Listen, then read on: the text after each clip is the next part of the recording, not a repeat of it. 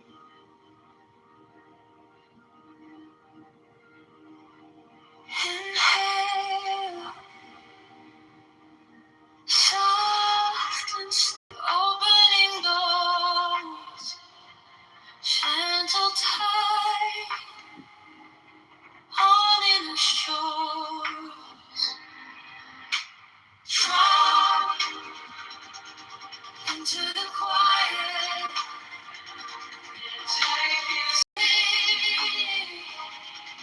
through the silence, softly say, here in your body, you awaken, here in your stillness, you are shaken free.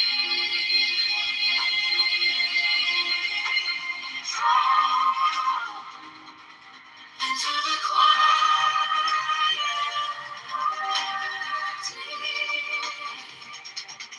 into the real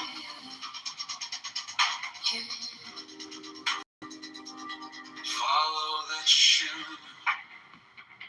behind your eye,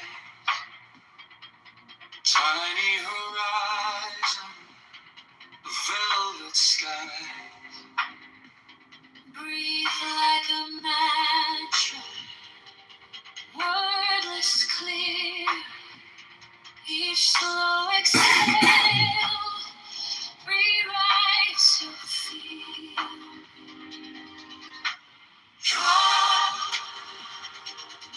into the quiet, take your seat through the silence. Softly say, here in your body, you awaken. Here in your stillness, you are shaken free. Drop into the quiet,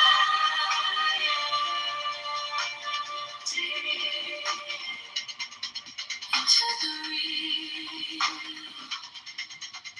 you. I am safe. I am safe. I am whole. I am whole. I am more than I was told. More than I was told. I am light. I am light. I am ground. I am ground. I am the space inside the sun. Drop into the quiet. Stay through the silence. Softly say, here in your body, you awake. Here in your stillness, you are shaken free. Drop into the real you.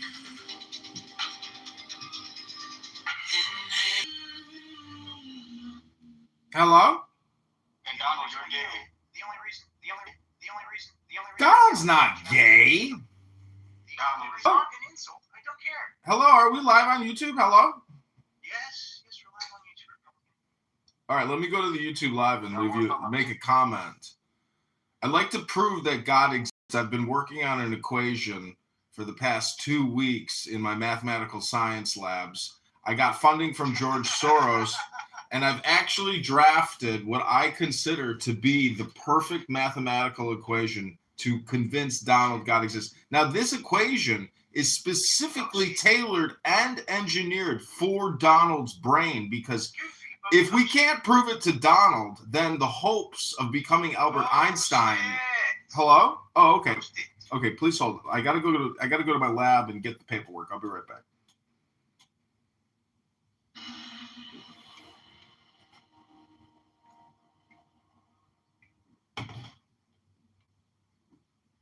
Actually, Donald, can I just post the equation to your YouTube live so the world can see the brilliance of the equation?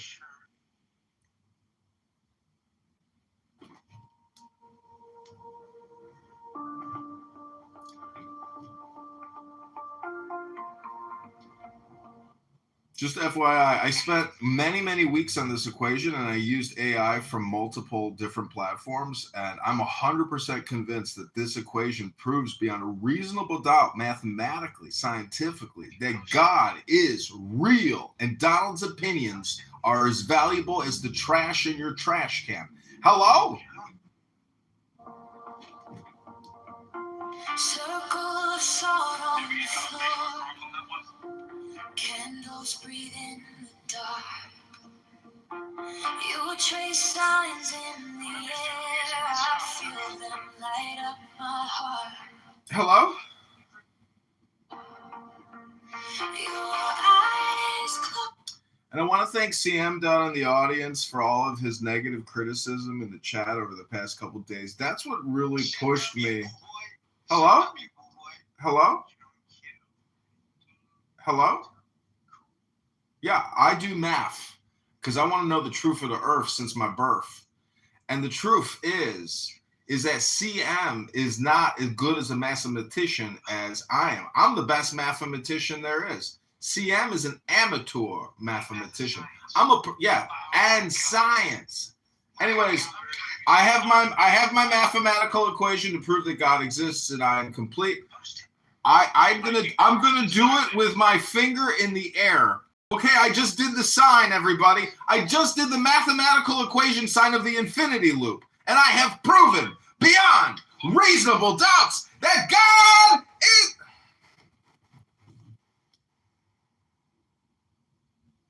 I got kicked down like everybody else.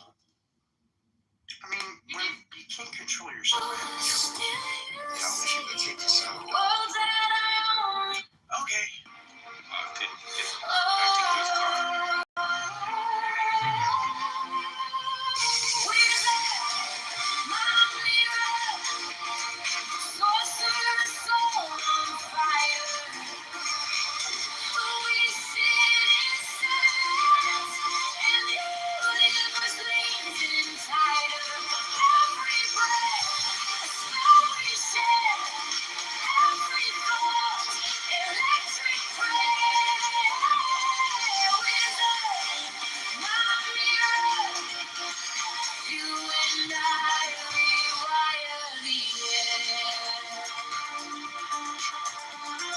Hands hover over my chest, heat like a rising dawn. Old scars flicker and fade like they were never drawn. You speak my healing, I speak the truth in yours. Two sparks twist into one, opening secret doors. Hey, wizard, my mirror, soul silver, soul on fire. We sit in silence, and the universe leans in tighter. Every breath, a spell we share. Every thought, electric red. Wizard, my mirror, you and I rewire the air. Inhale starlight, exhale fear. Every slow count pulls you near. I am the focus, you are the key. Power and stillness, setting us free.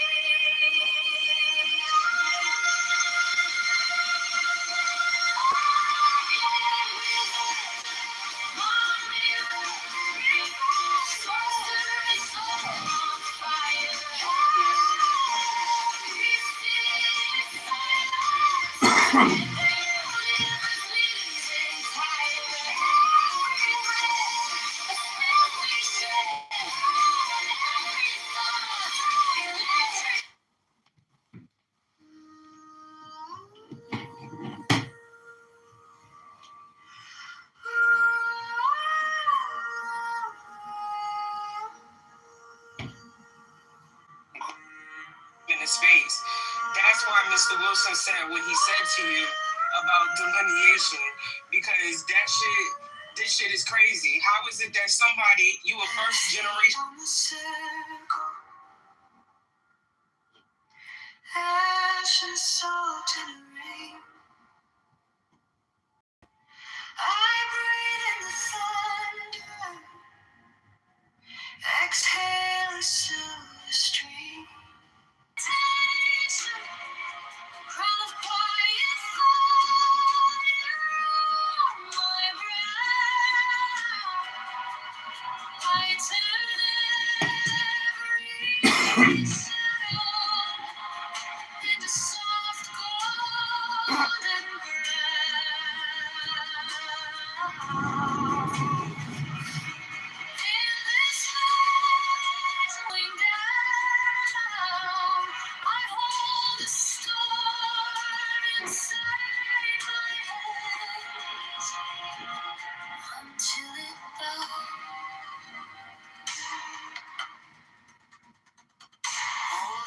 words on my tongue.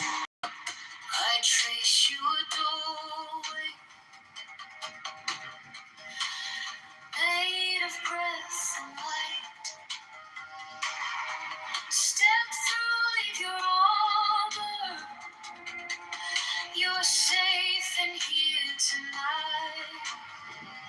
In this moment, meditation, prophetic fire, my brow. I turn every shadow into soft golden brown.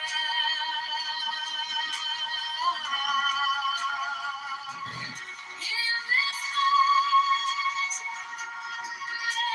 meditation, hear your heart slowing down. I hold the storm inside my hands until it bows. Let it rise, let it fade. All that weight you never named. Let it rise, let it fade. All transmuted into grace. This is our magic meditation, crown of quiet fire here and now. We turn every sorrow into soft holy ground.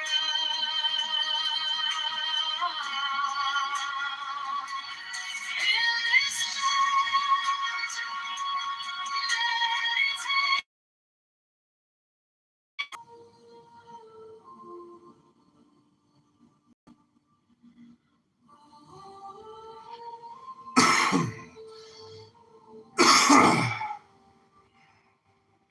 Bare feet on the circle, ash and salt in a ring.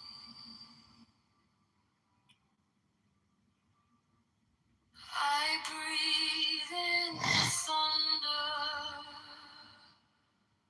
exhale a stream. The local comic is earning laughs on stage and praise in the gallery.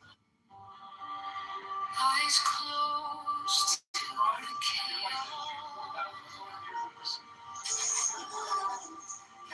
Palms lit with steady John Kitover. I call down the stillness from stars you used to know.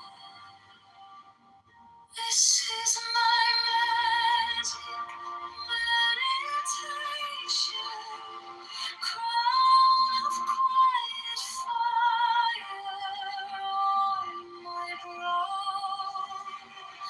I turn every shadow into soft golden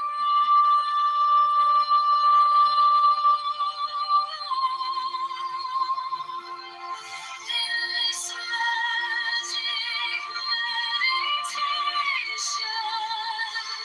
hear your heart slowing down. I hold the storm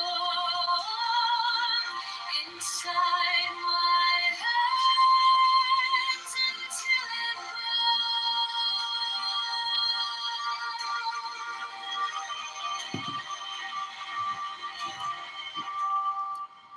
All the words on my tongue tip,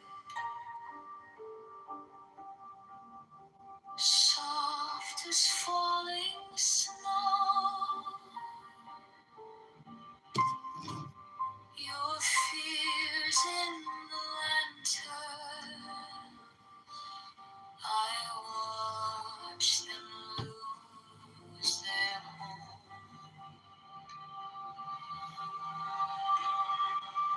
I trace you a doorway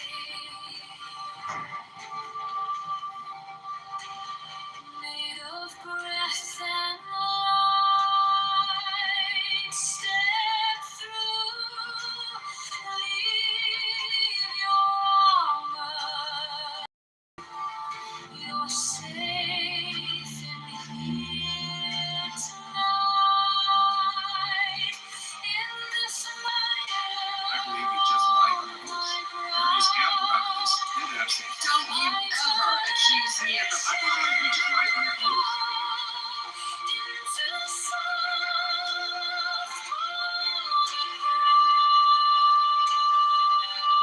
And in this magic meditation, hear your wild heart slowing down. I hold the storm inside my hands until it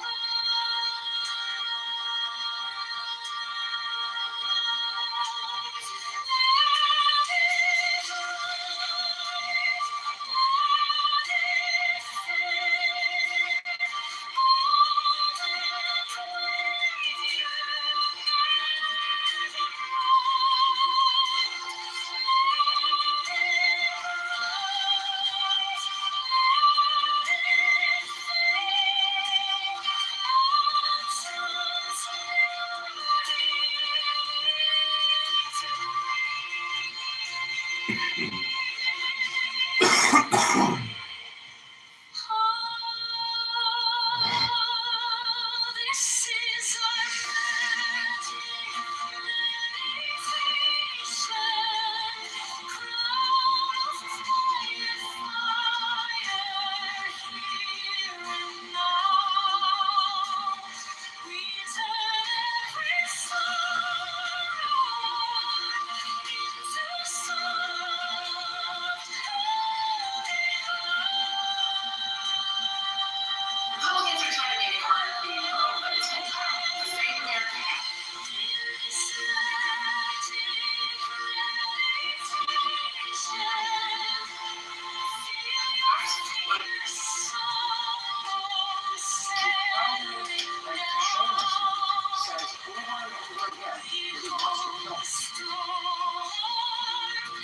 inside I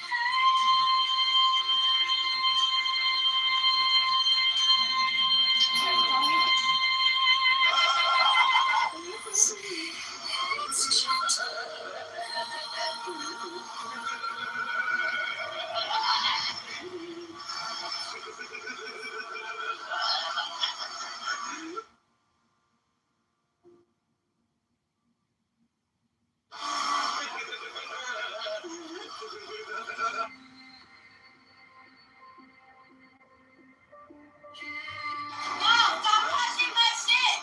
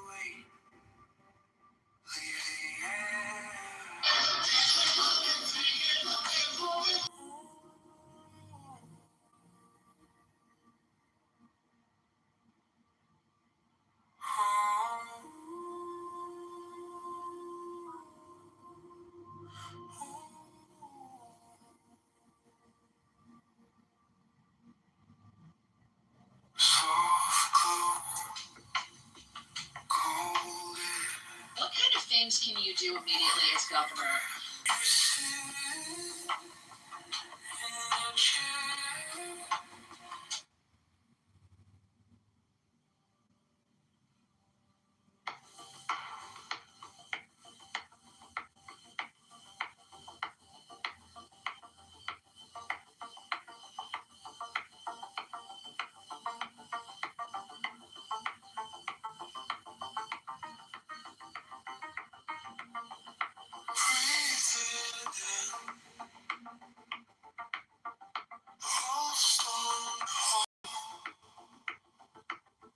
Circles drawn on the wall, candles drip, wax like time, hands held still, traces you.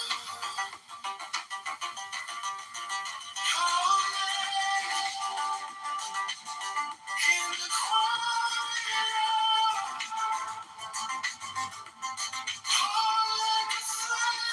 just got to say that is an attack on civil rights and it's racist. Could you just explain that further? Because 76% of Black Americans support the city act for the CNN. Is that correct?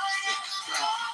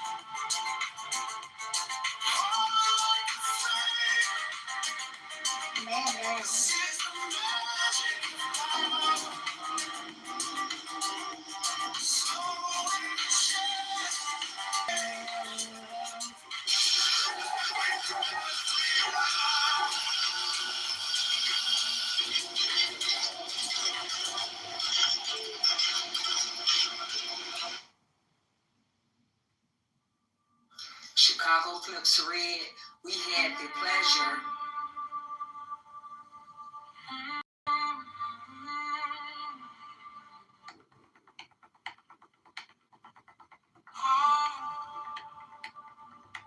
to it.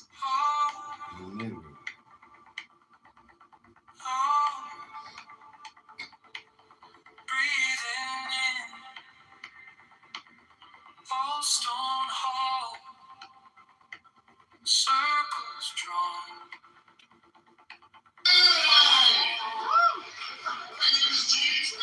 Candles lit, wax like time.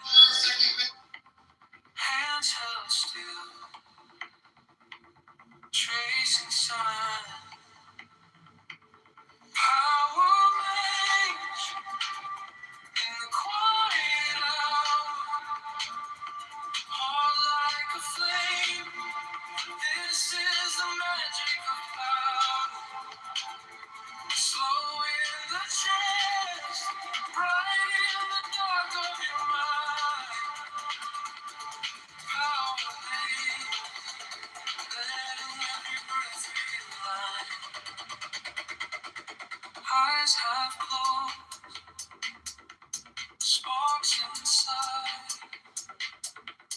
Name your fear. Let it rise. And leadership by Nick.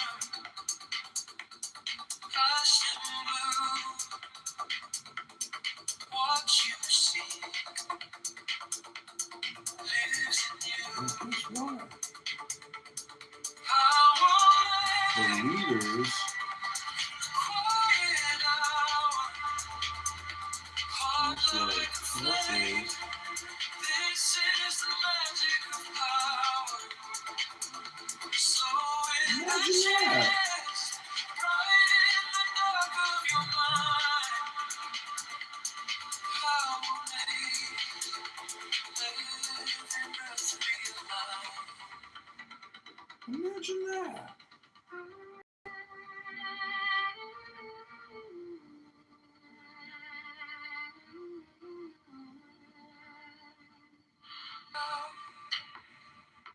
Exhale the weight away.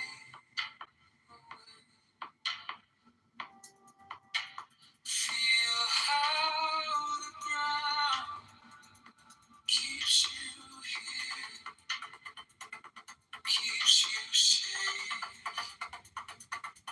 Power makes in the quiet hour. Heart like a flame. This is the magic of power.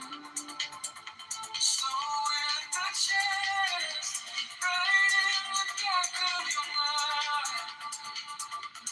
Power makes every breath realize.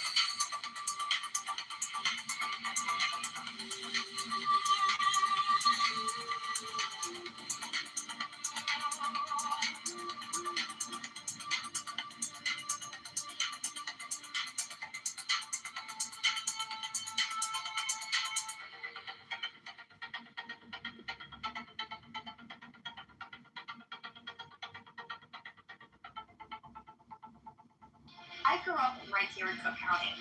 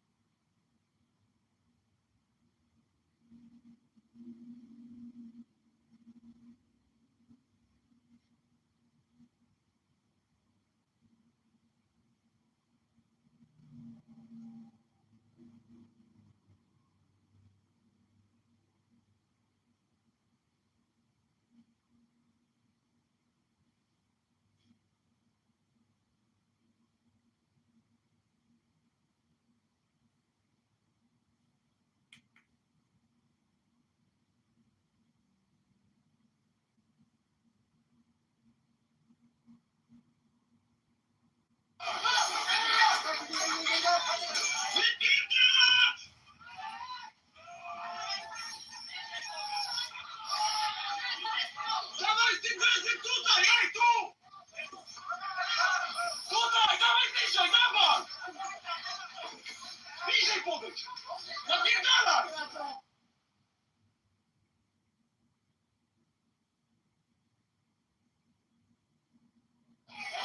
Napierdalaj stąd!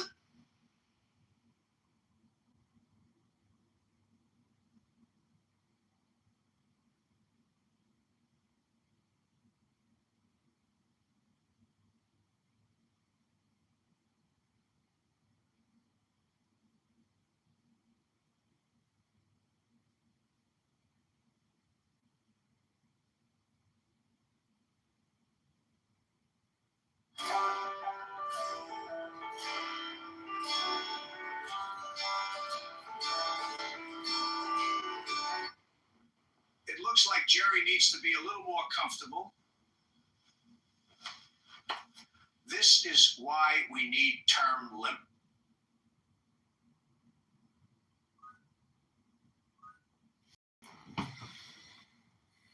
Danny.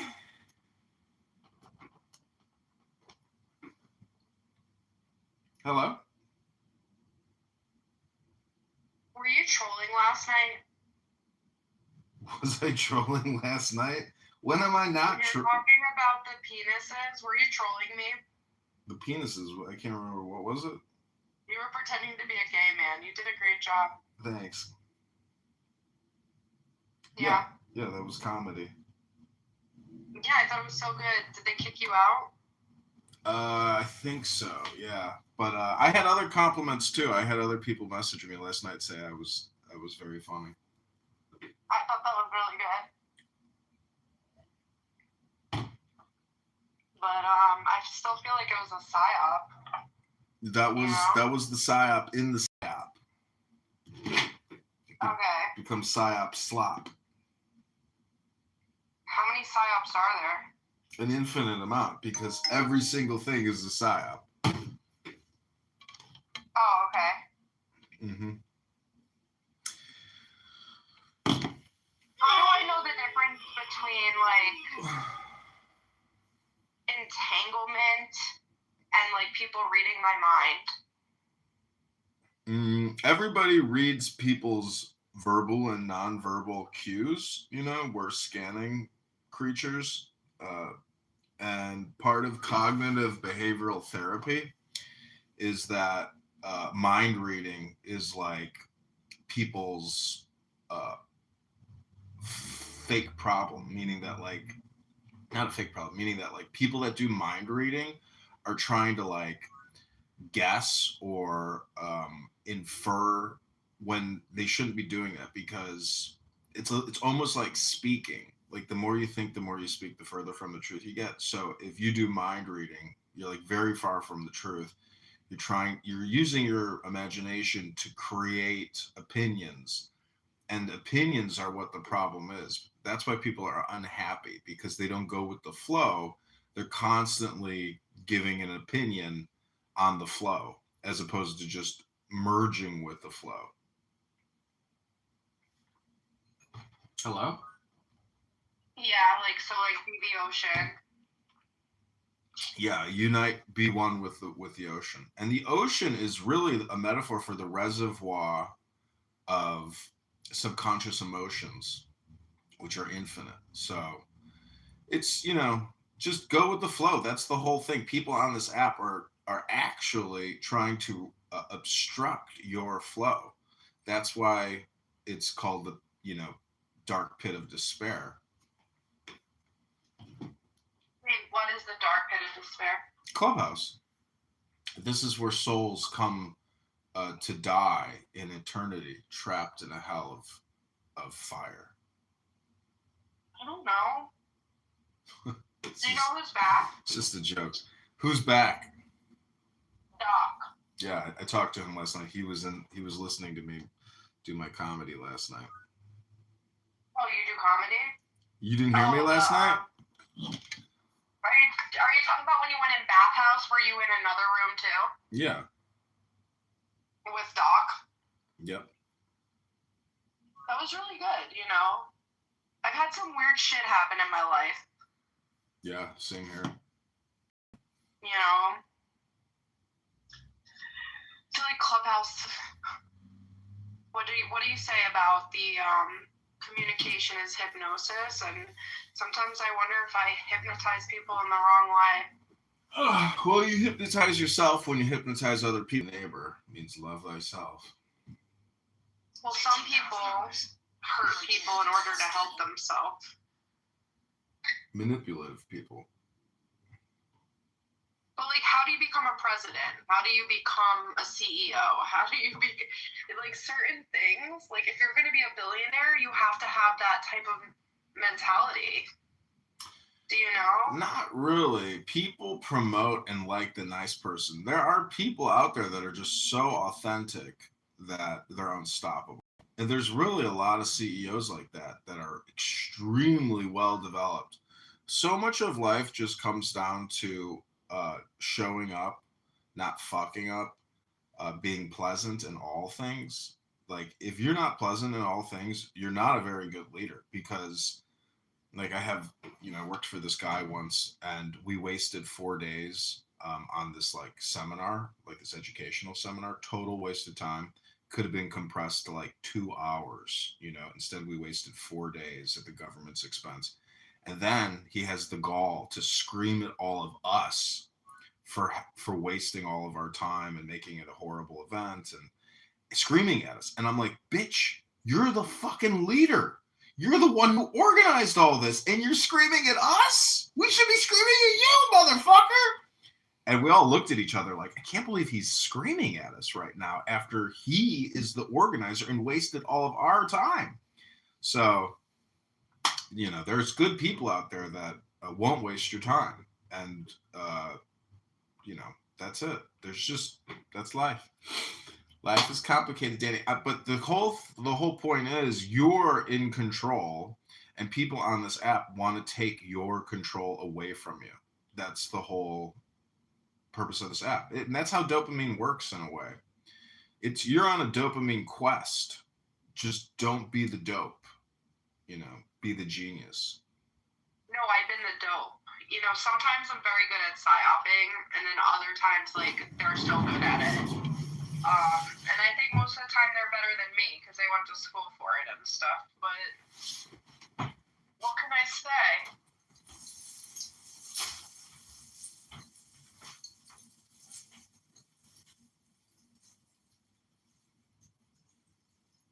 They're talking about religion in the other room. I feel like I've heard every single argument. At a specific point, maybe there is a point where there's nothing new to learn.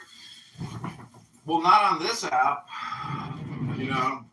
Look at it as like a soup of words. Grace is here as well. Look at this as like a soup of words. And if you want the recipe, you got to open a book. People who wing the cooking without looking at the recipe and actually doing the measurements, their food sucks. That's what people are doing on this app. They are creating dreck, schlop. I feel like some people have it in them to really cook well by instinct alone. It's like one of those gifts that people have. How do I find the other room? It's the Church of Buttercup. Okay.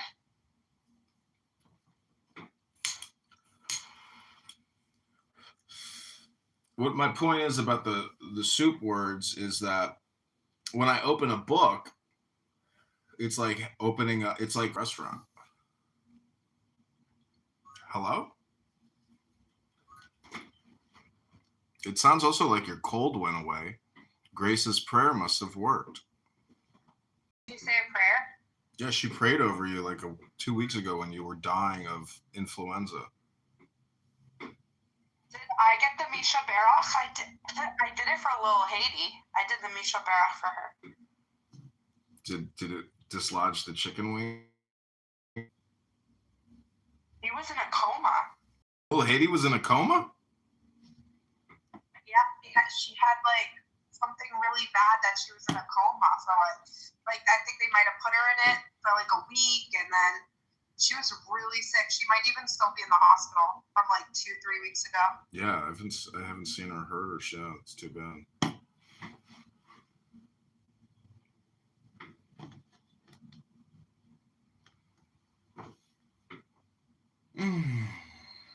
Well, I've just been playing music. I did a scan of the rooms this morning. I didn't find anything entertaining, so I went back to music. And I'm going to go to the gym shortly. And then I got to take out the trash. And then I'm setting up a new Clubhouse recording studio in my house. And I'm expanding my recording to, record more. I bought more phones. I bought 2 new computers. And I figure, like, why rent one of my rooms to a person that I don't want to live with that stinks and is annoying?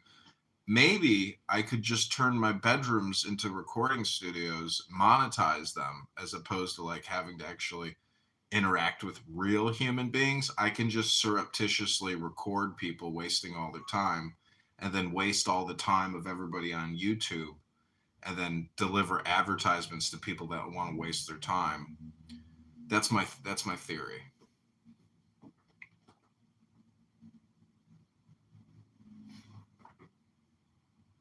Hello? Oh, sorry. I'm just looking at a list. Grace, welcome. Hope all is well. Oh, that's okay. How are you guys? I'm good. The weather finally is turning. They say we're going to get like a 70-degree Fahrenheit February. You know, I'm like, holy shit.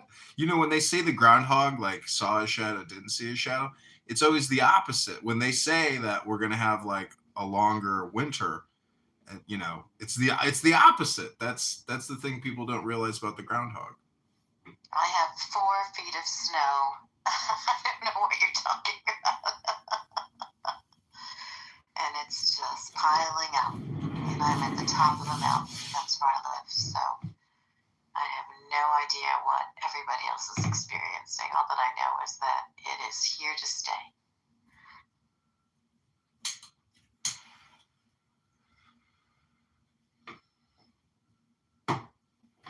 How are you, Donnie?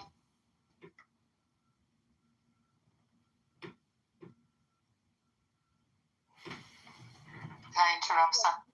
I'm looking at a list of Black Jewish celebrities for Black History Month. Oh, great. That sounds like a good thing to do.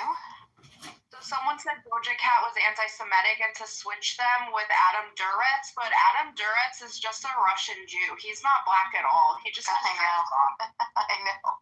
Everyone thinks he is.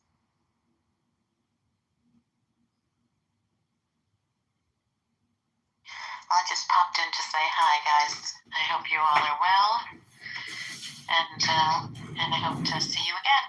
Likewise, Grace. I'm gonna read something from a book. People in Clubhouse. Danny, did you hear about my 1500 3000 theory? It basically says that we say 1,500 words a day and we listen to 3,000 words a day. And the people that pick and choose what they say and listen to are the ones who are actually in control of the 3,000 and the 1,500, which is yourself. So if you take ownership of what you're listening to and what you're saying, and you control that 1,500, 3,000, your life will be a lot better and you'll have less difficulty. That's what people in positions of power, prestige, and success have been doing for many, many years, is controlling the 15-30 rule. Yeah, by not consuming bullshit. Yeah, because it's spam. So your attention and your focus is all important. And if you're just consumed in spam, well, you know, you're just in a garbage can. It's too late for me. It's not too late for you because it's the 1530 law. And no, I'm just saying, I feel like I already fell into the shit. No, there's no, you can't fall into it because there's no such thing as past. There's only the now. The now is a compression of the past and the future. And if you increase your IQ, you increase your EQ. And the whole point of meditation and focus is to induce what they call genius with a capital G. And genius is a little bit like a time machine, meaning that you can go into the past or future with a time machine. But since time machines don't exist, what it really... Huh? They might. No, they don't. What it is a metaphor for the focused attention, is staying focused. And do you have the clearance to know if we do or not? No, all my time as a top secret military intelligence officer, Danny, I never saw one secret or one intelligent thing ever. All I met was stupid black women. That was it. I met DEI hires. That was the intelligence that I found, was that we were so intelligent we were making DEI hires everywhere. And I was like, oh shit, we're not intelligent? Oh shit. I don't get it. There's nothing to get. That's what my point is. When they say military intelligence, it's just like an oxymoron. It's the opposite. There's no intelligence in the military. All the super smart people go into law, banking, and health, where all the money's at, and they make, Yeah. on average $500,000 a year. Wouldn't it be nice, Danny, if you and your husband both earned $400,000 a year, or even 1.2 million It would a be year? amazing, but you understand, like, my dad's a doctor, my stepmom's a doctor, she even is Ivy League educated, and I don't think they bring home that much money, unfortunately. No, I know. I'm just being facetious, saying like, what if, like, how remarkable, because it would be mind blowing. So I was reading the Reddit posts of like what people do to make that type of money, and like you're right on the money. Like certain types of doctors. Mhm. There was someone whose wife was some type of a lawyer, Mhm. and they said that she was like a partner, so she was making $600,000 a year. Mm-hmm. Yeah, I worked with this Jewish woman at Smith Barney Citigroup, and as a financial advisor, I was a paid intern working for her and helping her. And she was like, John, don't go into financial advisory. Don't become a wealth manager. She's like, my husband is an attorney. John, he's making over $1 million a year. It is a license to steal. And I'm like, your husband's stealing money? She's like, no, but it's legal. He's got a license to steal. I couldn't stop laughing. I was like, you're so funny. She was like the worst financial advisor in the office, the biggest klutz. But she was, fun and nice, and didn't have a bad attitude, even though she wasn't making great money. Her husband was fucking killing it. She had a couple kids. Like, she didn't need the money. She just needed to like stay busy, you know. So she was a cool chick. So how do you know how to get the good financial planner? You know what I mean? It's like You can't. the right one. The right one is you. I really want to write a book and do like a website and call it like Fire Your Financial Advisor, and prove that your financial advisor is actually costing you money, and you are literally shaving off like your retirement. Because if you're giving them 1% to 2% a year over 10 years, that's 20%, 10 to 20% of your total net worth. And if you're only getting, let's say, 4% to 7% over 10 to, so they're taking half of what you made with them. That's crazy. And they tell you it's 1% to 2% assets under management, but they're really taking half of whatever you gain over a long enough period of time. So fuck that. And you're trapped in there. And they don't even do anything for you. They literally sell you a mortgage, or I mean, they sell you a mutual fund from another company, but they don't do anything. They'll take your call and like they'll return your call and they'll mail you a check when you ask for a check. That's the biggest thing that's happening in these financial advisory firms. People just call in and say, hey, I need a check for $35,000, like, and they start cashing out. And these financial advisors and their team of FAs just sit there and draft checks for their customers all day that need cash out of their brokerage account. So anyways, Danny, my whole point to you is the basis and the fundamental groundwork of all success, Danny, is always meditation. And do you know what meditation is? Just take like resting your brain? No, it's focused concentration. It's awareness on what you're doing, which is the now. And so guess what happens when you read a book? You can meditate a little. Well, in on the now. A book by function is a meditation because it requires your total concentration to read a sentence on a page. It takes your entire existence to sit there and stare and read left to right. And do you know why Jews read right to left?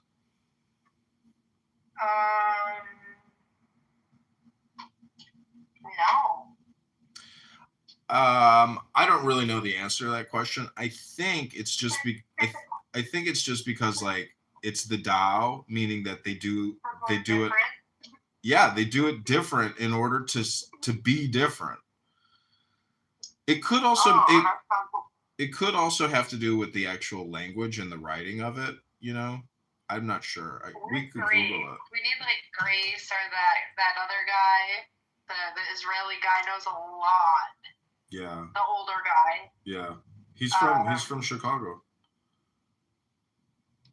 Which I forget his name. Probably the same Aton. guy. It's Aton. Yeah. He knows a lot. Yeah, he loves talking. Oh, okay. So listen to this. Jews read right to left because Hebrew, like other ancient Semitic languages, Arabic or Aramaic, was originally carved into stone with chisels, making it easier for predominantly right-handed people to carve from right to left to avoid smudging or injury.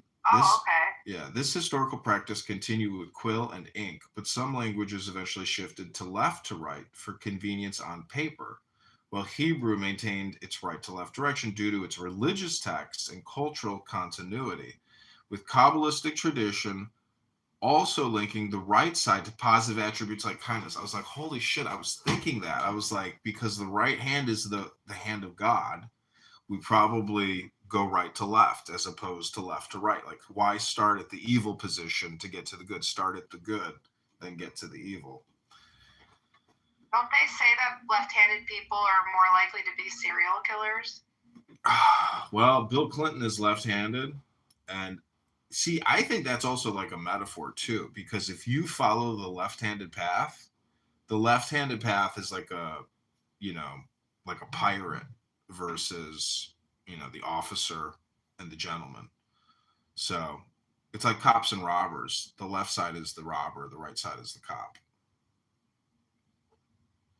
But it's together. It's when you clasp your hands, that's the union. And in Kabbalah, this is what a lot of people on Clubhouse don't understand. Like how when they're constantly saying, how can there be a God when all there's this evil and all this death and horrible chaos, and that's because they don't realize God is a chaos agent. And God actually has evil attributes. And God is like a simulation that you can manipulate. Essentially, God is nature, and as humankind increases its genius, it gives us that ability to manipulate nature. But even that is a metaphor for our own dispositions. Like you sound like a good person, like a nice person, and that's probably because of the input from your parents, from your family, from your friends. Maybe you've had some shortcomings, but nonetheless, most of your input is good. So you're mostly a good person. But imagine organized evil, parents and cultures or societies dedicated to creating, evil characteristics, controlled evil characteristics, meaning that you don't want to create a warrior that just randomly kills and commits crime. You want to create basically Dr. Evil as opposed to Dr. Good. Wait, so you're saying it's better to create a warrior than a good person? No, I'm saying some people end up becoming Dr. Evil as opposed to Dr. Good. Like Bill Gates would be the example that like his parents, his conditioning, his experiences has produced Dr. Evil. Now you might say that Kennedy is the production of Dr. Good. So, I mean, there's just a lot of conditioning that goes into who we are. And the fact that we speak English is because we've been conditioned to speak English. We could, if we chose, we could switch to a different language if we were competent in it, but we're not because we haven't been conditioned with that. So the point I think Bill Gates, his father is the reason he's the way that he is. Yeah, probably. So all communication is conditioning. All communication is hypnosis. All communication is projection. All communication is politics. All communication is spam. And, if you get spammed with a bunch of negative attributes, you can become Dr. Evil.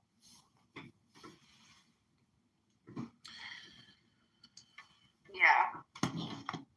And so when you listen to people on Clubhouse, unfortunately, because all communication is projection, all communication is conditioning, all communication is hypnosis. All communication is political. You're being conditioned on people's political communication all the time on this app.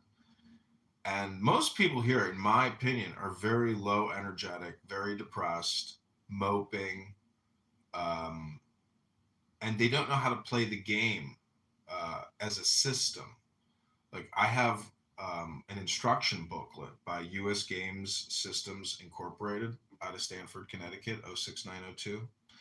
And it's based upon secret wisdom. But it's really just like prompts, because there were no computers so many years ago, that basically flashcards are a way to, condition yourself. So if you could use the tarot, What's the book? it's the tarot cards.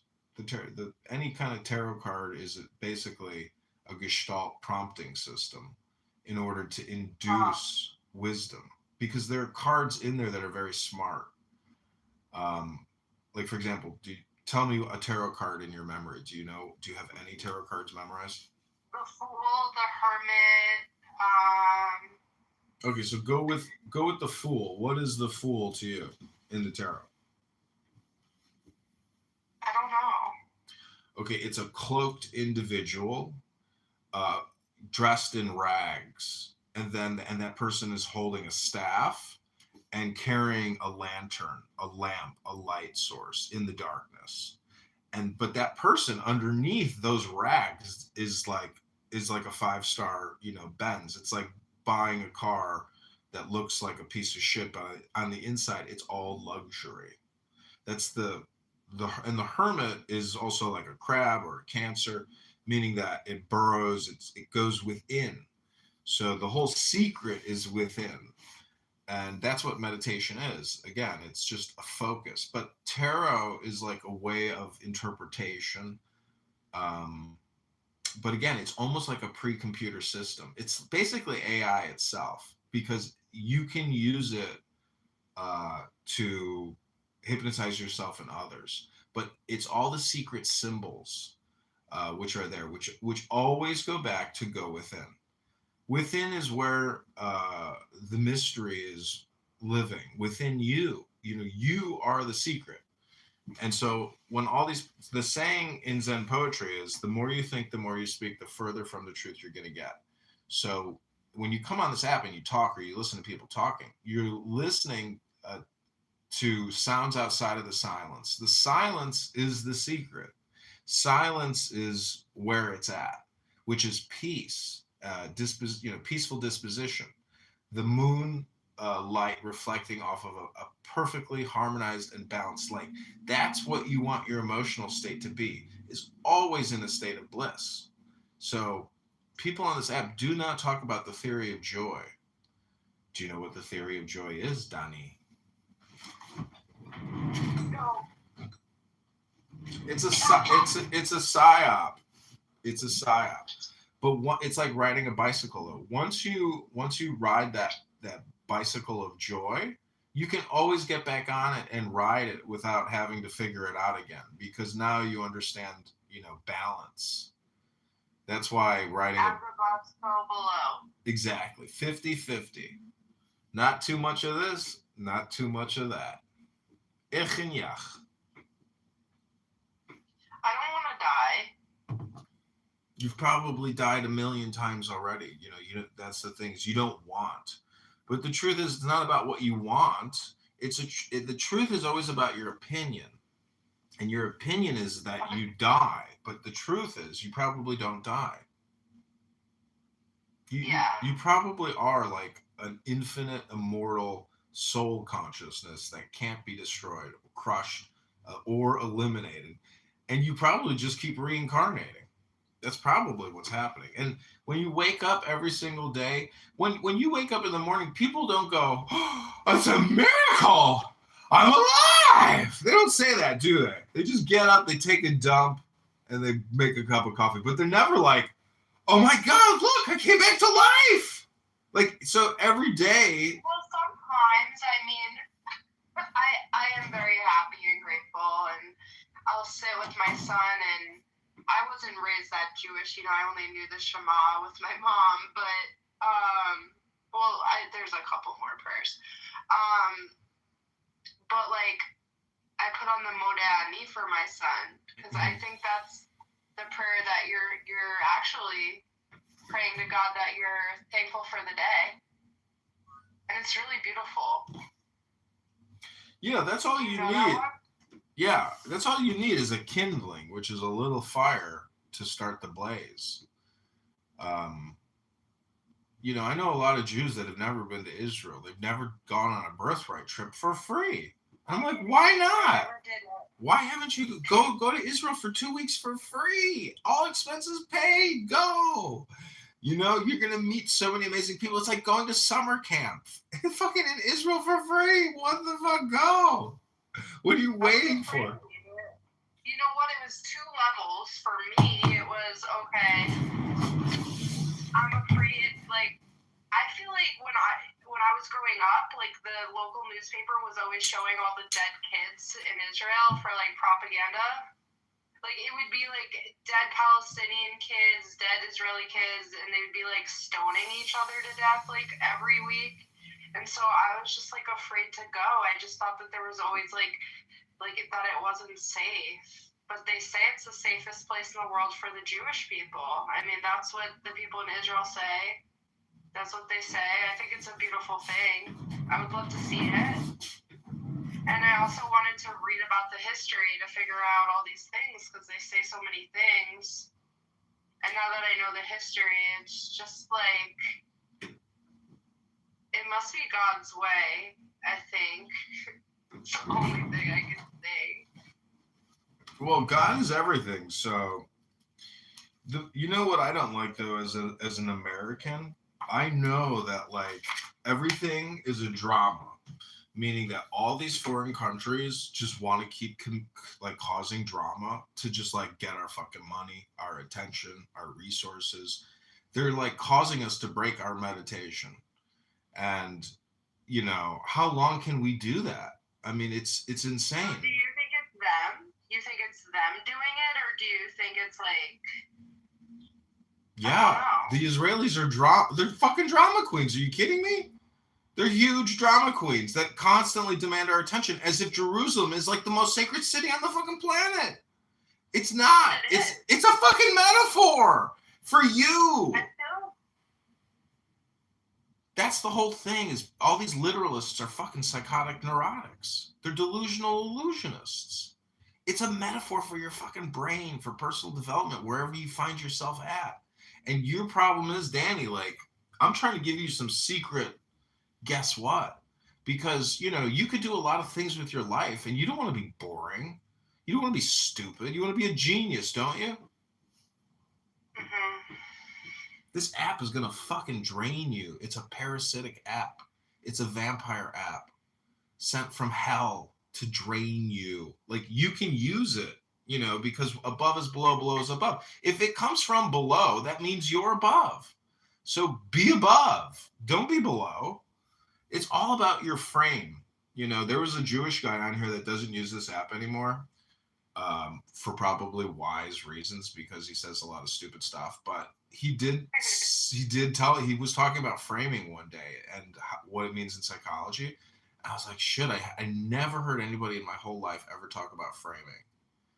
I've heard about framing pictures and paintings in your house, but I have never heard somebody talk about psychological framing, which is essentially communication hypnosis, meaning if I frame this conversation or frame a topic or category that we're talking about, I have now framed that and, like, put it in a box, put a perimeter around it.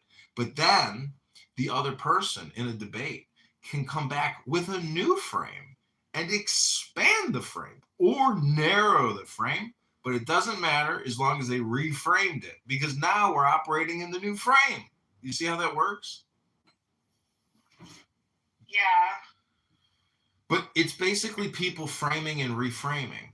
So if I had a debate with Migzad, he's basically a chronic reframer. He constantly just reframes and reframes and that's because he's like a prosecutor trained in the law to essentially do a frame hypnosis. And then he frames you, and then the judge makes a ruling, and you're like, what just happened here?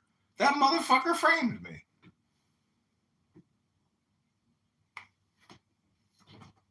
Yeah, that's scary. Well, you have that same power. It's not like a power of a certificate from a college. Anybody can frame anything. Like, you ever see the movie Cecil B. DeMille with the Ten Commandments with Moses? Oh. Well, the whole thing is a framing. And literally in the most real sense of the word, because it's a movie and they have to shoot a frame. But the script is essentially Moses framing. And then people come up to Moses and they frame. And then an Egyptian soldier will frame. So it's just like one frame after the next. And it's a little bit like, that's what a film is, basically. It's a progression of a story by framing. And that's what's happening in the real world. Like if you want to go buy a car and you talk to the car salesman and you're looking at a car on the lobby of the dealership, you're trying to frame up the situation, and then he's trying to reframe you. And then finally you get a meeting of the minds and you strike a deal, you sign the contract, and you transact the currency and get the keys. So this app is just like neurotic framers. You want to hear a sample? I can just prove to you my theory just by going to any random clubhouse. I think this eggplant is. You don't think your eggplant is trying to frame you to basically make a bowel movement at 8 a.m.? Hello? This person down there is a future turd. They're here because they want the dopamine. And but they're probably not even listening to what I'm saying. It's not even making sense to them because they're sitting here like, probably doing something else. Anyways, Danny, do you have any other questions, concerns, ideas, or opinions? Is it weird that someone else is anoning you? No. If I anon other people, obviously I'm gonna be anoned as well because they're looking for some type of tidbit to frame me. You see what I'm saying, Danny? That's what anon is. It's a snitch hotline for framers. Don't get framed, Danny. You're always being typecast. Do you know what typecast means in the pictures business, in the theater business? But how do I reframe it? I feel like I might be in too deep, like that. Well, there you get it. By saying how do I reframe it? You just reframed it with the question. You see what I'm saying? You can't help yourself. You're already a serial framer. The trick is, Danny, don't get framed by other people. Frame other people, but don't get framed yourself. I am the president of the Framers Society here in Chicago. I frame as many pictures as I can. And I've been doing it for many years successfully. I have a huge framing production business. I don't know if you know this, but I'm big into framing. I'm nervous. You're nervous? Yeah. Well, that's you just framing the situation. Congratulations. I would suggest you do a different frame, but everyone has their preference on how they want to frame things. I don't frame shit. Well, you just frame shit by saying you don't frame shit. Doing it is still a frame. You see what I'm saying? Part of this is an extension of the Jewish Complaint Department, another nonprofit I set up here in Chicago, Illinois, to essentially listen to complaints because what they're trying to do is frame. But anyways, any other questions you'd like? So are you and Jeff in on that Jewish Complaint Department joke? Are you guys together in that?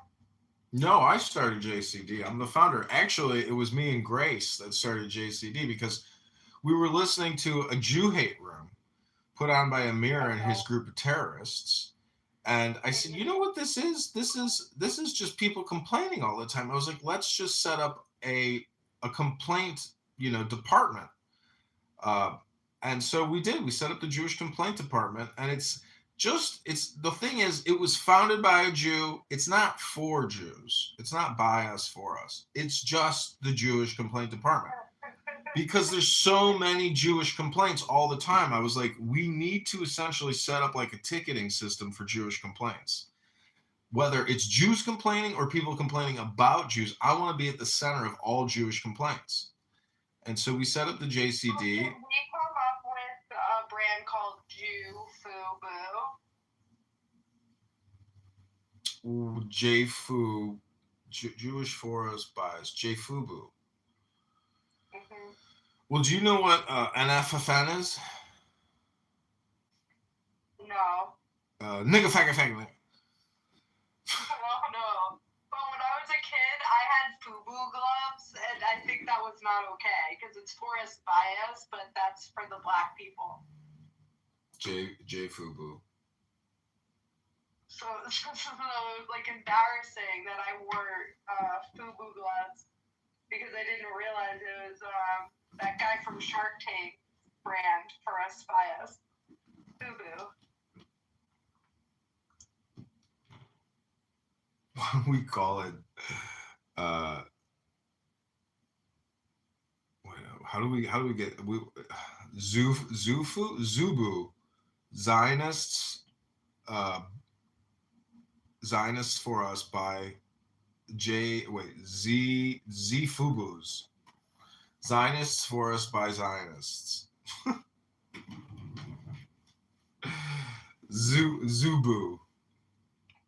Fubus. All right, well, I'm gonna make another cup of coffee, Danny. You know what's better than a cup of coffee? A cup of water. No, a cup of espresso.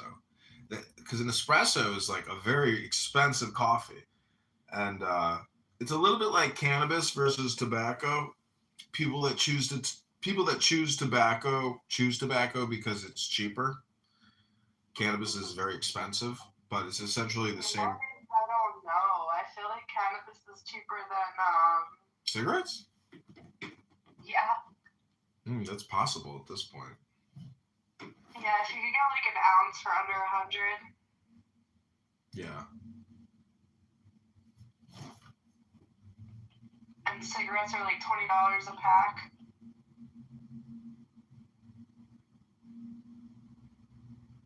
Is gasoline very expensive where you live? Everything is expensive. You know, that's the frame. People who say, "Oh, I could never live there. The cost of living is so expensive." It's like, oh, you don't like to live. You don't like to have a high cost of living. And it's just the opposite of that is I like to have a high income, you know? It's like... Yeah. I would like to have a high income, but I don't even know where to start. I started at Google. That was my highest paying job ever. I was making $120,000 plus a year. When you get a paycheck for $10K a month, you're like, oh my God, can't believe it. Rabbanu Shalom. What a miracle. You should be able to make more than that. It's not really just about how much you make. It's about your comfortability at that, organization. Like if you go to that organization and it just causes you massive amounts of stress, pain and suffering, is it worth it? And the truth is your birth wasn't about whether or not it was worth it. The truth of the earth really is all about the frame, because when you're getting psyoped when you go work at a major organization all the time. They're constantly psyoping employees. All communication systems, whether internal, external, are completely independent and categorical, and every organization is which is so funny. Most organizations should be spending all their time spamming people on the outside, but most organizations spend all their time spamming people on the inside of that organization. And it's so stupid. It's such a huge waste of time. Like I worked at the IRS for 5 years and I got spammed with so much information. Eventually I was like, it was too much. I was like, I don't want to work here because of all the unnecessary communication that is constantly bells and whistling me on my fucking laptop. I was like, this laptop is like a giant fucking cell phone. When you open a laptop, it's like opening up an old flip phone. And that fucking IRS laptop was like sticking that fucking thing on my head all day, every day. Even the worst thing is like when you go to sleep or you wake up and you're still thinking about that fucking laptop. Ugh. Now I'm still thinking about it, still talking about it. I carried that laptop over here, from 2 years ago, Danny. I just reframed the conversation with a work laptop. Hello?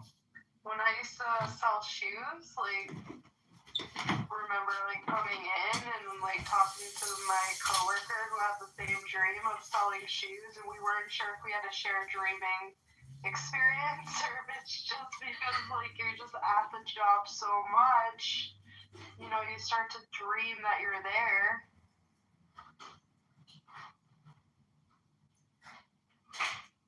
But it was so weird to have, like, the same dream the same night,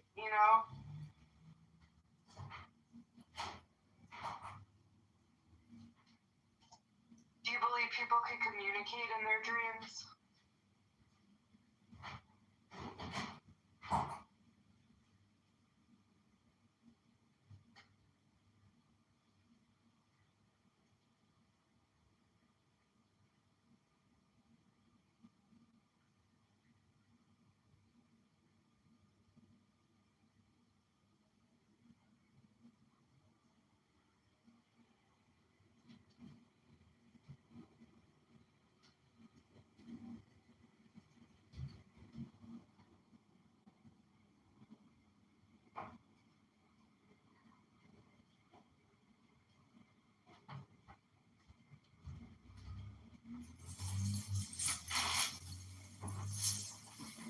Hello?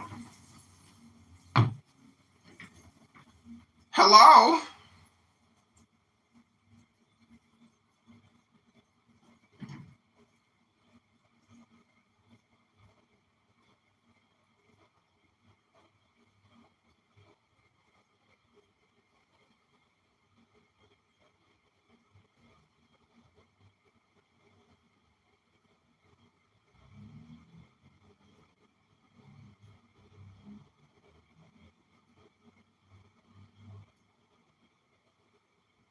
But he didn't actually make any critique of my argument, so you're lying. He thinks it's false, though. No, he doesn't. He never reviewed my argument. He's never seen this argument. He left before I posted it. He's gonna lie. How are you guys on the same page? Hello? We're on the same wavelength in terms of our spatial IQ. You brain dead side character. Stop unmuting yourself. Hello? What's up, Laura? Hello, moderators. I would like to give you my opinion on the problem of evil. Well, let's see how long it takes me to kick you. Go ahead, my friend. So I was wondering, why do Jews write right to left as opposed to left to right? And it's because of the problem of evil. Originally, before the quill and the paper, man had to use a chisel on a stone and did that right to left because that's obviously the logical place to start on a block of stone. And so it's really a meta or a metaphor. Some people on Clown House are so literal that they don't understand the psychological, the cognitive, the neuro-linguistic, psychological development. We tried. I'm sorry. I'm sorry. Oh, boy. Welcome, Melissa. Good to see you, my friend. Jordy, sorry for the abuse you endured there. Pluro is he's an unusual character. He's back. Welcome back, Pluro.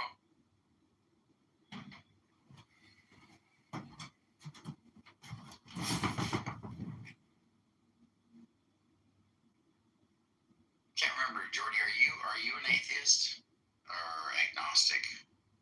Or I forget where you're at, Jordy. Oh, yeah, I am an atheist. You're an atheist, okay. Yeah, I am. Well, Daryl's argument, Yeah, Andrew, let's get your best argument for God's existence. Give it to Jordan. It would be the best argument I've ever heard. Claire, I don't think I'd want to get behind any of my own arguments. I'd probably espouse yours. Yeah, how does a Jones not understand entry-level logic? You're a brain-dead side character. No one in the community takes you seriously, Andrew. I want you to internal. Thank you. No, it's hard for me to internalize. Yeah, I have a verbal IQ of 179 and listen to Mozart every morning in my chambers. All right, dark area. Yeah, I'm going to certify. I'm formally published in metaphysics. He has chambers. Yeah, I can represent abstract relations clearly in my mind. My spatial IQ is 192. I'm formally trained in higher order metaphysics. I'm published. Well, why are you afraid of these atheists that you say you're on the same wavelength with? Why are you afraid Yeah, I of think them? you're projecting, Andrew. I'm not afraid of them. I'm published with them. Sully and I are published under Brian Cutter and Josh Rashmi's. Oh, you guys publish under them? Yeah, I'm formally trained under Robert Brand. I'm from the University of Pittsburgh. I'm a Hegel. Yeah. Well, I think Piper's a better Hegelian than you are. I mean, Piper your is a reputation slow- speaks for itself. Exactly. You're my order. I don't know you. Lara, why don't you accept biblicism like my friend Biblicist Super Reformed holds to? Why don't you accept it? Go ahead. Sorry, what's the argument that I should answer this question? Go on. What's the argument that I should answer your question or give it? Yeah, nice stutter, nice blunder. What's the argument that I should answer that? Go. What's the argument that I should answer that? Go. Thank you. That's gonna be a dodge, nice concession. I appreciate you, Plaro. You're face down, ass up right now. Thank you for that. What's the thing about going both ways? What did you say, Plaro? Okay, welcome, Biblicist. How are you, buddy? Hi, so I'm fine by the grace of God. Nice. Can we convert these panentheists / atheists? You got some good reasons for people to accept Christianity and Biblicist? Without the Holy Spirit, I cannot convert anyone. I don't do the Holy Spirit work. Yes, but you think Christianity is reasonable, right? Yes, of course. Yeah. So there's good reasons for somebody who's honest to accept it, right? Biblicist, are you there, buddy? Did I lose you? Biblicist, are you there? All right, when you get a chance, bub, come on back. Jordy, did you pretty much, are you a panentheist now? The Christianity is fundamentally a religion of truth and honesty. Jesus said, I am the way, the truth, and the Right. Yes. So why should somebody accept those statements as being true? Maybe. Why should somebody accept those statements as being true? No, all are fallen. They are everything Almighty. Why should somebody accept that we are all fallen? Because of this sin nature. Why should somebody accept that we have the sin nature? Nobody accepts that they have sin nature. No, but okay. So it's not reasonable for somebody to believe that.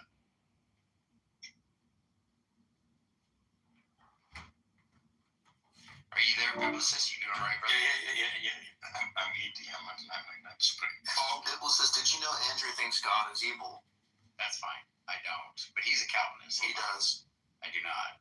Andrew thinks God only actualizes the best possible world out of all possible worlds. But God can't choose any possible world that has no evil, right? Because in all these possible worlds, humans have committed at least one evil action. So God has to desire evil in some way on Andrew's view. The only way he escapes it is by appealing to God having weird knowledge of like counterfactual conditionals, which entails like a formal contradiction. So that's why no one takes Andrew's view seriously. But which it doesn't inform. It does. Andrew is an atheist. So. Well, He hates God. His view can't be distinguished from skeptical theism at the very least. Mr. Beal, it's good to see you, sir. That's good saying we atheists, my friend. Thank you, my friend. My Calvinist. Yeah, he only thinks that because he doesn't believe in free will. If he believed in free will, he would understand that evil has to be optional because we desire freely to love. Well, Andrew does believe in free will. He's a Molinist. He thinks that. Not to be. He thinks we have free. I know, but you probably don't, right? Because that's why you think that that evil doesn't exist in every possible world. That's not what I said. I'm a compatibilist. I think free will and determinism is true. Okay, but do you believe that evil would exist in every possible world? Well, I was talking about Andrew's view. I actually don't think there are possible worlds. I think the only possible world is the actual world. Okay, that's fine too. So in this actual world, because this is the only possible world because God actualizes the best possible world. So you're right, right? Well, not on all views, but on my view, sure. Okay. Yeah, Andrew doesn't believe in that, by the way. Right. Don't take his word for it. I don't know what he's saying. Andrew doesn't want to say that God can only actualize this world, right? He wants to say that it's possible for God to actualize other possible worlds within those possible worlds. And it would be possible in all possible worlds. That's right. Him and I have had that discussion before. Oh, yeah. Remember? Oh, yeah. The different variations. Yeah, but Andrew wants to say that evil exists in all possible worlds. Well, so if there is God, right, then the idea would be that if somebody freely was not choosing God, right, then evil would be present. Like, because God is like the absence of God is good. So it is a true reality. It actually exists, even if no one is operating in it. It is a thing because God exists in every reality. God exists in reality. And if God were to be removed, evil would be present. And if there is free will, then that is optional. It has to be optional. Because we're all choosing God freely. Right? Am I wrong? Yeah, no, God already knows what you're going to do, so you don't actually have control. Oh, here we go. Is that true that you believe that evil exists in every possible world? Well, I think it's a fair response. I mean, I'm not super committed to it, but I think it's a response. You were just advocating for it. Yeah. Do you think that God creates in every possible world?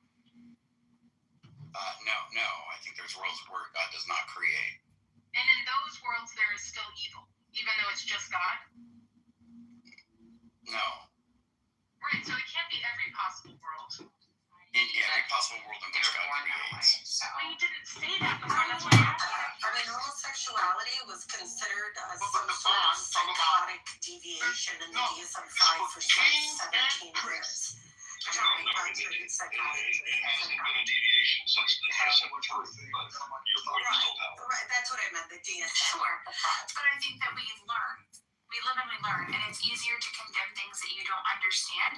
And also in a society that was based off of Christianity and religious indoctrination, it wasn't accepted for so long because of that. I don't think you're born gay in every case. I think, yes, some people are born I think that's a fair statement. I think there's a proportion of people that are born to be gay, and I think there's a proportion of people that become where Born to be gay! well, not necessarily, but I was born to be gay! opportunity and what the hell. Happy! But Not angry. there's distinct groups of Happy. people that continue on and Hello? to understand the Hello? process of where that may be. But also, I think, like, the actual teaching on homosexual acts, which is where the Jews are in this, right, is the act itself that's the problem. Like, they're pretty clear. I don't know. It's not illegal to be fabulous! Like, if you want people to be around and see the value. No, John. It is illegal to suck a dick. Don't suck a dude in the ass. Or fuck a man in his asshole. There are a ton of things in life and religion that, priests and rabbis can focus on. That's probably at the bottom of the list. Yeah, rabbis don't really want to talk about your anal sex practices. Hello? Rabbi, is it illegal to be fabulous? Or is it illegal to fuck a man in the ass? Hello? I can tell, at least in traditional mainline Protestantism and Catholicism, it's not the case.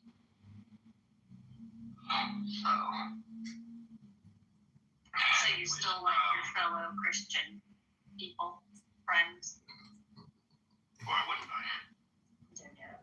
Yeah, they're going to have their uses, right? I mean, I That's try a not. very bad way to put it, Pearl. Wow. Not my I'm kind of into that. It's not her words. Not my words, even though I just said them. So funny. Is it funny, Bliss? You think it's funny? This is my ex-wife, by the way.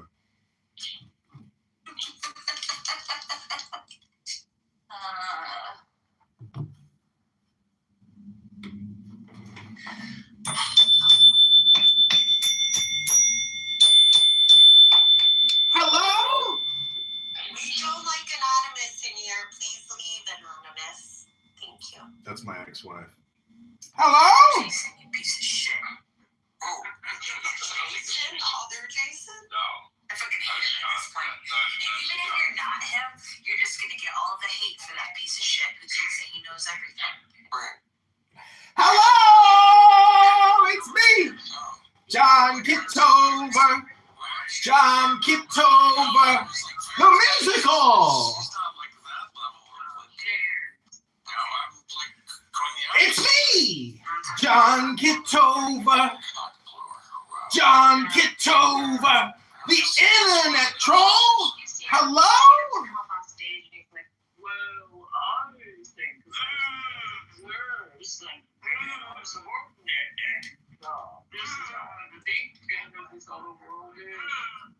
Oh. You guys sound like freaking friends. You should go on the road. When somebody says he is obnoxious, are they projecting their own obnoxiousness? I think so. Hello? Yes, I know it's you down there, you little cock smoker. Billy, how you doing? It's Sean. It's Sean. John Jingleheimer, you believe in all that? John Jingleheimer Schmidt. Yes, it's my name too. John Kitover's in the goo. He's secretly listening to you. My name is John Jingleheimer Schmidt. Kitover, Kitover, John Kitover, Jingleheimer Schmidt. Just for you. What? For what? What did you do? I'm sorry. I went to the doctor. She said you can't drive for a year. Okay, who did she notify? I think you had a seizure. State of New York TMV. She notified them? She She's has. a mandatory reporter. Yeah, she's literally. She's a mandatory reporter. A kid came in beaten up. I had to report it. Let's report her. No, it's just so I can't do. I asked her sheepishly. I asked her sheepishly, am I going to lose my driving privileges? She looked at me like, yeah. I'm like, okay, well, I figure that's more money for Uber. That's what you're saying right now. God forbid. Oh, I'm sorry, I didn't mean to bum you out. God forbid. Okay, we'll move on. You go on the road and you hit a school bus. Yeah, I'm scared shitless of that happening. Yeah. Yakov, the good news is that the best possible time in the history of human existence is not have a driver's license. Yeah. Is that out? Yeah, it's easy. Oh, you do live in New York. That's not Yeah, no, I live in the suburbs. It's just Uber is, as And Jeff said, anyway, if it's you Uber want me to is. destroy her life, you let me. No, she's a wonderful physician. Yakov has a very nice wife. Very supportive. I don't know about that. Yeah, she's not going to be driving me all over the place. No, but maybe, I don't know. She's not very nice. Oh, she's nice. Come on, she's very nice. She's very nice. She's wonderful. There's occasional tinges of not nice. Occasional? Is your doctor Jewish? Yeah. Okay. I only go to Jewish doctors. Why? Just they happen. All my doctors. Actually, no, sorry. One is German Protestant. I was looking at a video. And her last name is A video of a soiree I went to. I thought it would be funny if Jewish. I made a obnoxious laugh. Frats. When I was a child, I went to a pediatrician, Dr. Rosenberg, and my mom loved him because he was the only man. I had a severely handicapped brother, and he was the only doctor or medical person who would actually treat my brother like a human being, like a decent person. And she just loved him. He was a very good person. So I think There's some Golden Girls episode where I can't remember which was like really kind of it's racist, whatever. But she's like, yeah, the doctor's a Jew. He must be good. It was Blanche, I think. It was Blanche. Asian, Indian, or Jewish? Don't forget Indian. I said that. Did you dismissed so many by no, I don't like them. They're dismissive and who's dismissive? a lot of the doctors that I've had that are from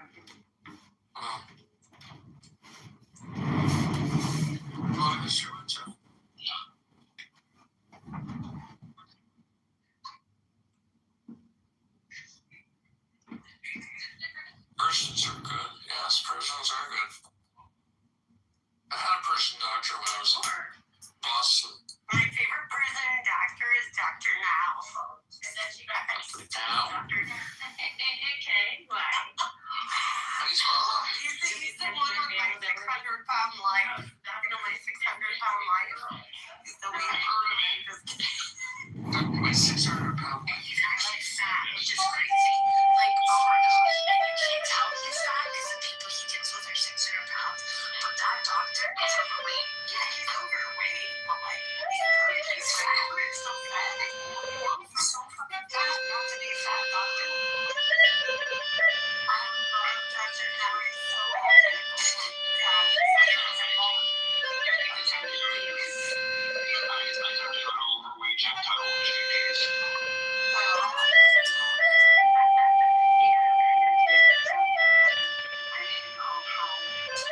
He's a general practitioner. No, I know that for Osmond. You know. Because he's on.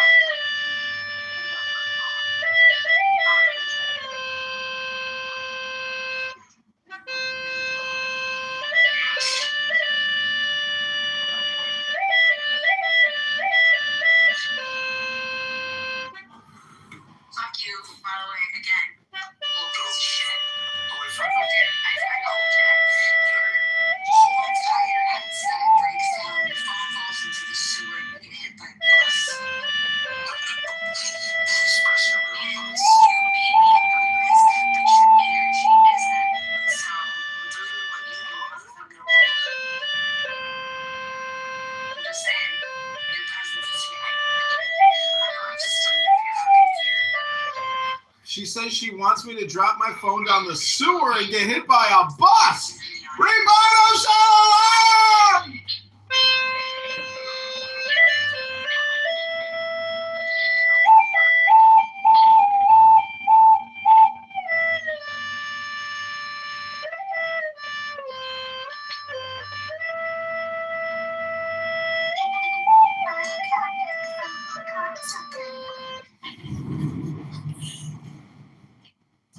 Hey, let's not disparage the cocksuckers. Me? A cocksucker? I've never sucked a cock before! Ever! Maniac around. I know, but you care if someone unconsensually, to the extent that that's a thing, I would care, but I don't know if that's really a thing. I've never heard of that being a thing. He raped me orally. Okay. She. No, I don't know that I don't think that's a thing either, because you worst case scenario, I just had a lapse in her judgment. I mean, am I really going to blame her? Maybe. I remember there was one woman that was so aggressive. I gave her like 20, 25 minutes. Like, I couldn't handle it. So I finally started hitting on her friend. So it officially is not Mr. Douchebag of Douchebags who is running recordings of this room. Neil Ian.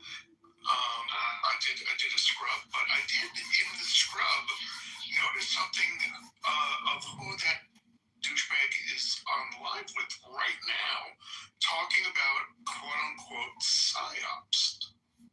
Oh, is it Danny? Yeah. Busted! Daddy's busted! On my live right now. You were on live with him. This guy must have a live video with him talking about psyops. I swear to God, I'll send the fucking link. This is so funny! Hey, Jeff, do you want to hear something funny? No, yes. Fine. No, go ahead. Amuse me. Okay, so I kind of have a twin. If she's willing to come up here and say a few words, and it's kind of weird. Okay. Joelle, you want to come up and say hi first? You're live now. She's kind of shy sometimes. You're live now. She may not want to come up to say her. You're alive! But I just think it's really funny. You're alive! We have to post a link if she's live. Are you want me like? I'm talking just crosstalk. Oh, okay. So I'm telling Seth to post a link because he's saying that Danny's live and Danny's in the group and he's like, no, she's still live right now. And I said, okay, post the link. And she's not talking, and I mean she can't talk in both places at the same time. So, Danny. No, this is us live right now. Is you recording?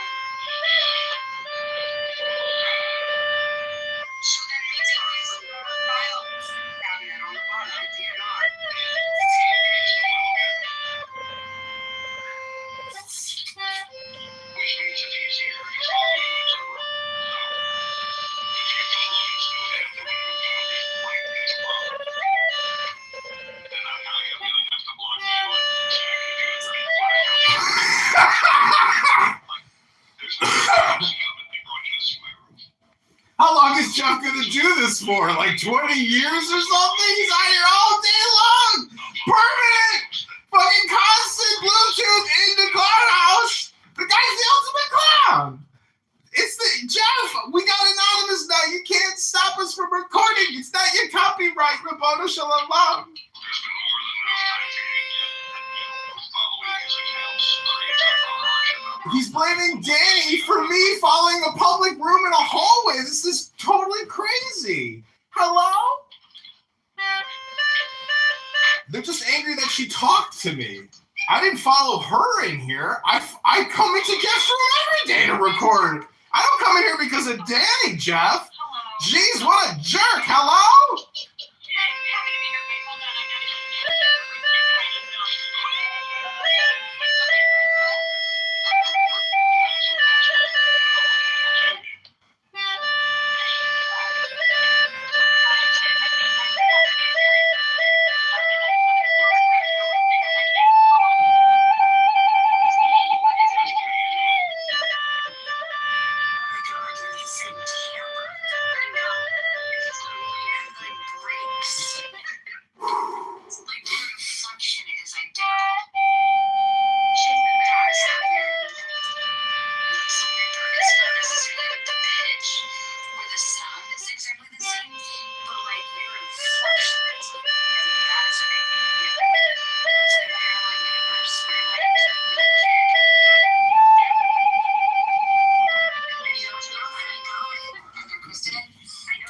If John Kitover didn't make these people something, if John Kitover didn't make these people angry, somebody else would, I assure you of that. It's not a John Kitover problem. Hello?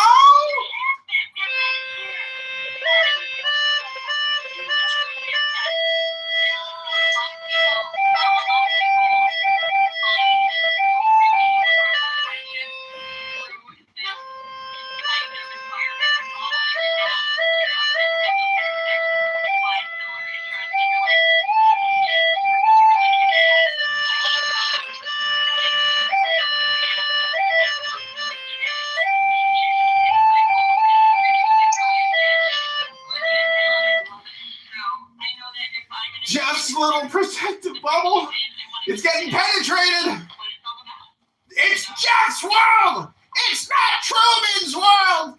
It's Jeff's world, Mr. Jeff.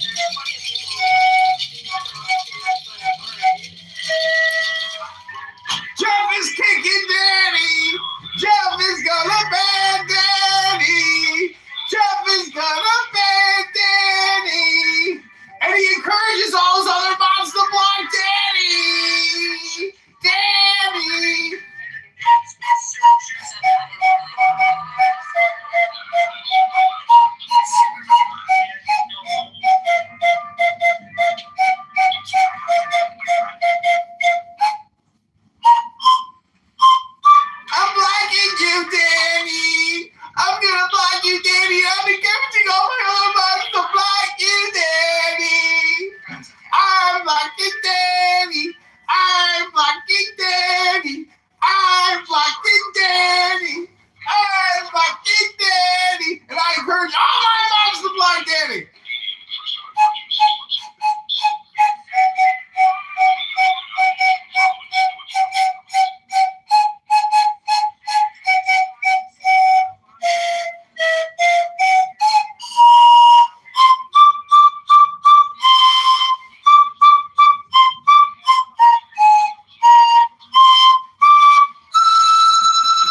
I'm blocking Danny. I'm blocking Danny. I'm blocking Danny. I'm blocking Danny. And I encourage my moms to block Danny too.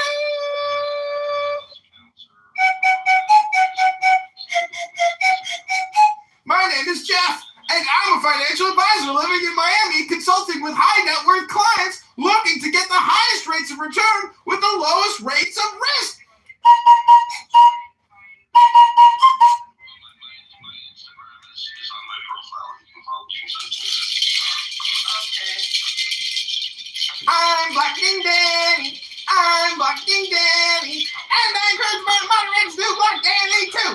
I'm blocking Danny. I'm blocking Danny. I'm blocking Danny. I'm blocking Danny. And I encourage my moms to block Danny too.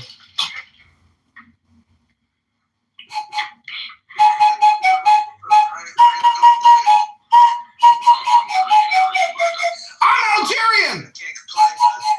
I'm not white. I'm an Algerian. And I'm a Jew.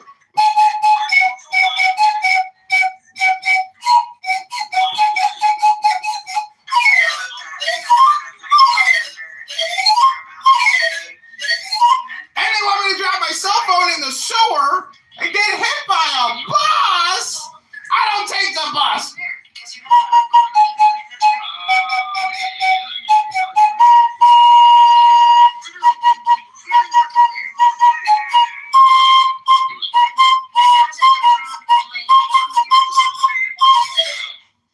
Hello? It's very strange. So I'm blocking Danny. I'm blocking Danny. I'm blocking. Okay, now this is when the game gets really fun. Now watch what's gonna happen. I turn the volume down on my burner phone. Okay, I'm gonna sit in the room, but I'm not gonna leave the room. And so they're gonna think, unless they're watching the live stream and somebody says something from the live stream to the room, says he turned the volume down, Jeff, but he's still in the room. Then we will know. Now watch, as you're saying that. That's fine.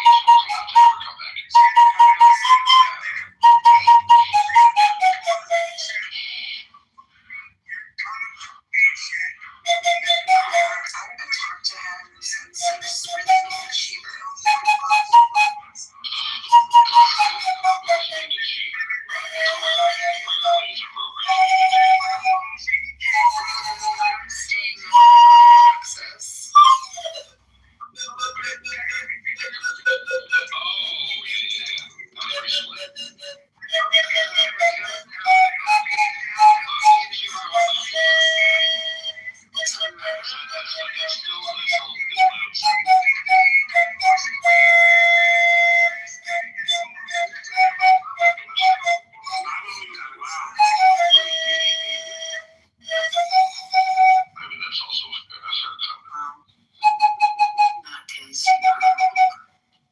I'm kicking Danny.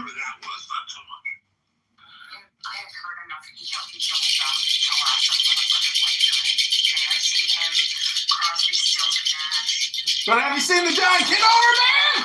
We're putting the band back together! Young's been around for 60 years. Of course we heard a lot of them. He's the real deal. The fact that I've seen contact as many times as I had because he would like tag on to every fucking champion show, the Allman Brothers and fucking friends.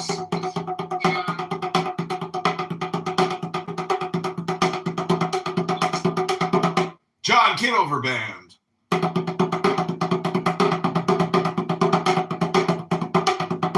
The John Kitover Experience.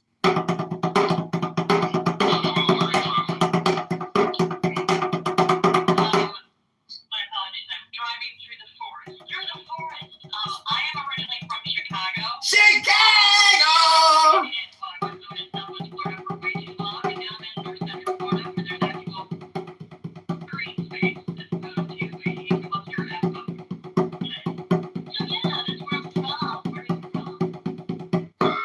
Algeria.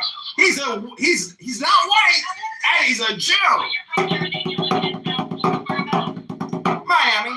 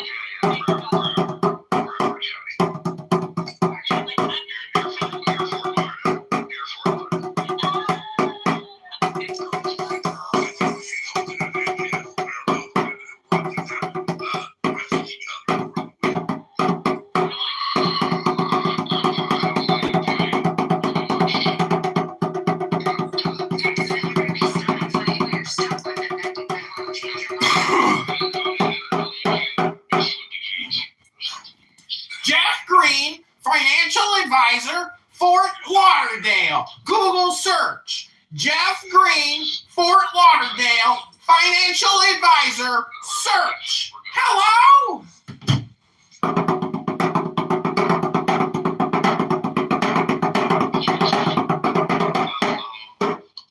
I'm kicking Danny. I'm kicking Danny.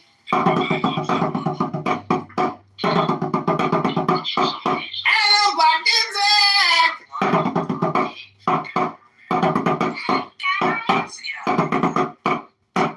I'm kicking Danny. I'm blocking Zach. I'm a financial advisor living in Fort Lauderdale. My name is Jeff Green. I'm kicking Danny. I'm blocking Zach. I'm kicking Danny. I'm blocking Zach. People got really confused. If you hear rumors that I was really pissed off at Jason, it's true. It's just not you. And that other guy can die. And I said crazy things all morning about that. Exercise the demon from the soul, bitch! Exercise the demon from the soul, bitch! And I don't care how I felt. Hey, look, I have no shame in my game, and I'll admit my own fucking guilt, but if you make my brand go up, hey, what? I'm just letting you know that if somebody comes to you and is like, oh, Liz was talking shit, it wasn't you. It was literally this piece of shit that I fucking encountered this morning. Gotcha. You're the good Jason. He is the bad Jason. And by being a bad Jason, he makes you better.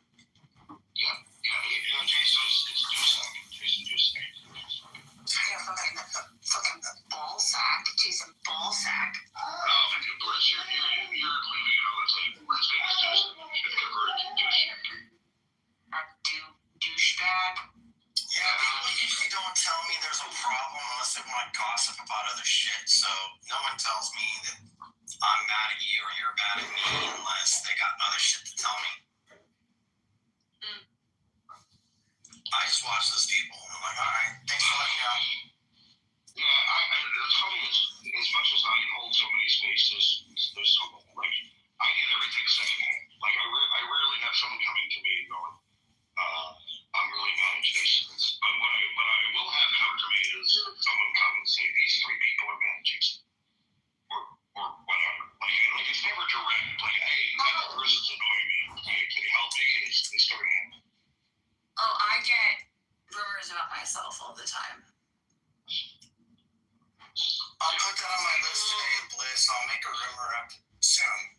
today. People will tell me things about myself that I've done or said that I didn't do or say. They're like, oh, I heard you X, and I'm like, no, what are you talking about? And then I'll hear it from quite a few people. I feel like with gossip, everything gets back to me. Jackie, you think I'm dead, or at least it didn't. What are you talking about? You're not famous enough for ChatGPT to care about your death. Well, I didn't say care. I said it thought I was dead. I don't even care. Billy, do I have your permission to take your likeness and create something on Sora about you being dead? A parody? Why? No, do whatever you need. Do it on but why? That's what he meant. Oh. I thought you meant now about him being dead. I'm listening to it after. Okay. This is Jimmy Gavin's stuff. We're all going to monetize Billy's life after his death. I love that. How about a strain of weed named for Billy? Sunshine. Billy Sunshine. Yeah, that's a great strain of weed. I'm going to call it Dead Daisies with Billy. There you go. Why the butt of your jokes, Jason? The bud of his jokes, Billy. There you go. Thank you, Norm. You're welcome. I will tell you after that, Jason, earlier today, like the battery for fucking stupidity and jackassery is now low. Fucking retard. Green sunshine? I don't get off of this. I'm just working up the green sunshine. Okay, I've got names. Hypothetical strains of weed. In honor of Billy's death. Oh, no, you're using AI, Jeff. Yeah, Of course we're gonna call it So BS. we've got Sunshine Carousel, Billy's Backyard Nebula, Neon Sunshine Taffy, Bluegrass Billy Blaze. Ooh, that's good. Yeah, I like that. Sunshine Comet number 7. Billy the Skunk Wrangler. I like that one. I'm gonna call it BS. Mango Sunshine Gospel.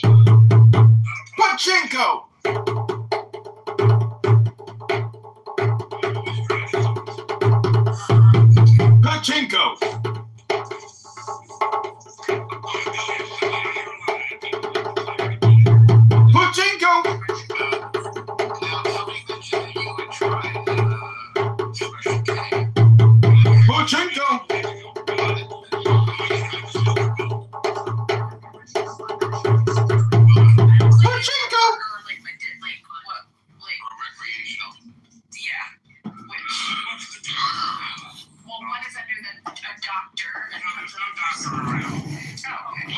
would be for the pain or something, and the other would be for the pleasure. I had a lot of back pain, so I thought now would be the time to do it. Did it work? Like, what was the effect? Mostly I just hugged my dog. Okay. So it was very pleasant. The nice thing to do with your dog. The dog was like, oh, she's dying. My dog is so crazy. 9 months now I got her. And we spent all our time on the couch hugging each other, and she sleeps in bed with me. Like I'm standing up while she's running away from me. She sounds very cute. Maybe she wants to go work out, Billy. No, she's lazy like I am. Right now she's... Who the fuck has the audio with the zooming in? What is that? I'm in a meeting. Okay. It's a productive meeting. Timing. Well, sometimes I have something to say. Maybe you should focus in your meeting. No, I like to multitask and get more done. Perfect. You should turn on the transcription so that we don't have to hear it where because the voice isolation won't work. I like it this way, thank you.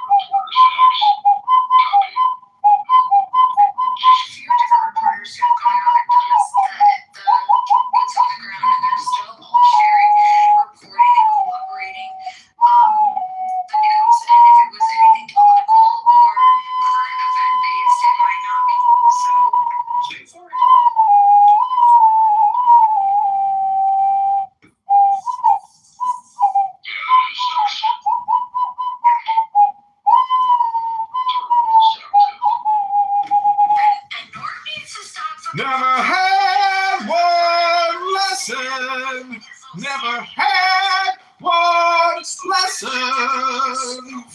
Never had one lesson. Yeah! Don't be Captain Save-All right now, okay? That's just an opinion. I don't love you to get lectured by you and not behave. Well, you stay in your lane, I'll stay in my lane. I made an opinion. Hello? Hello? Hello? Hello?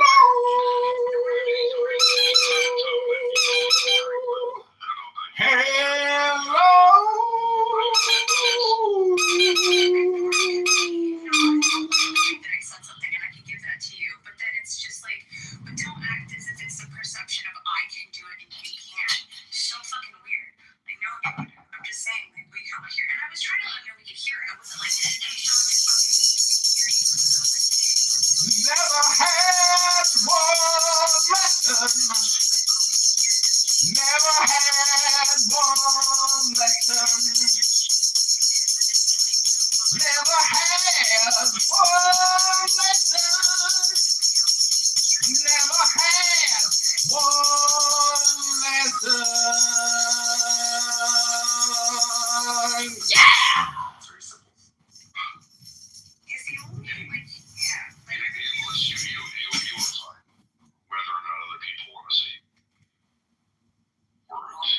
I actually think you're actually very nice about it, to be honest with you. I get annoyed when people react to you as if you're being mean or something. Yeah, I mean, there was nothing but you being polite in that interaction. And then, his response was not polite. It was pretty self-centered. I was like, oh, okay, motherfucker. She's like, oh, as it turns out, I'm fine. I'm like, okay, cool. And he did this thing to me yesterday. He said drudges and word dredges. And I was like so annoyed because I was like, So if you don't get to complain about anyone, you've been fucking weird for 3 days. You've been like angry, argumentative, Philip. You don't like you've got your period. I should say it sometimes. Yeah, maybe. Like, that was just one of those things where shit where he knows like exactly what he's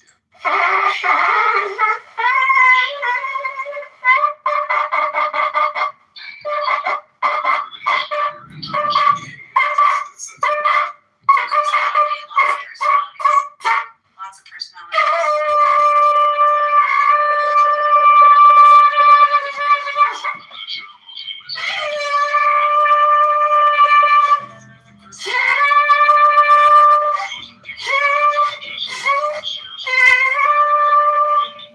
Oh my gosh, I was like, wow. Yes, sir!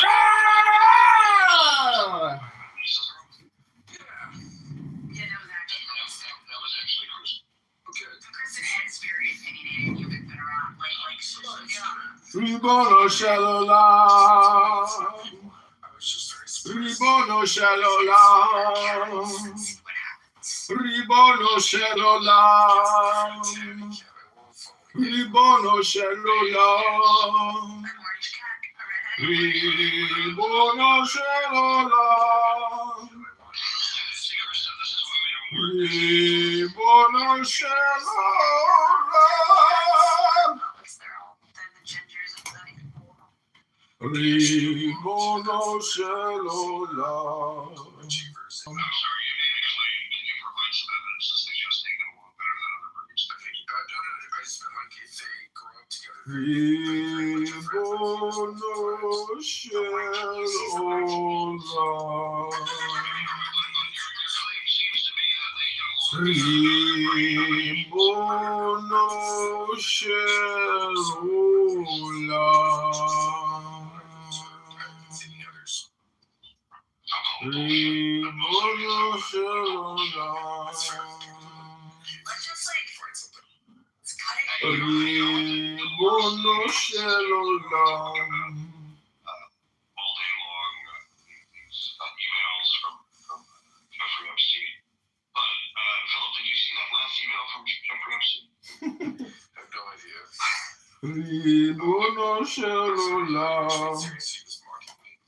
I'm just watching you. Ribono shel olam. Ribono shel olam. Ribono shel olam. Is that you're working on the smoking part?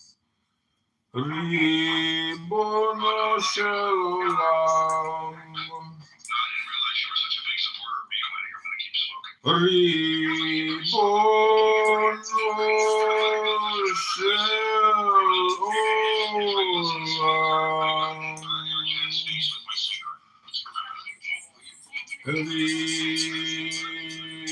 Ribono shel olam. What was the word? Ribono shel olam. And the weed. Ribono shel Oh, olam. I saw this one. Yeah, that's his cat. Ribono shel olam. Golden retrievers are the common denominator there, and they're known for empathetic patient temperament, making them the top rated to live with cats. Ribono.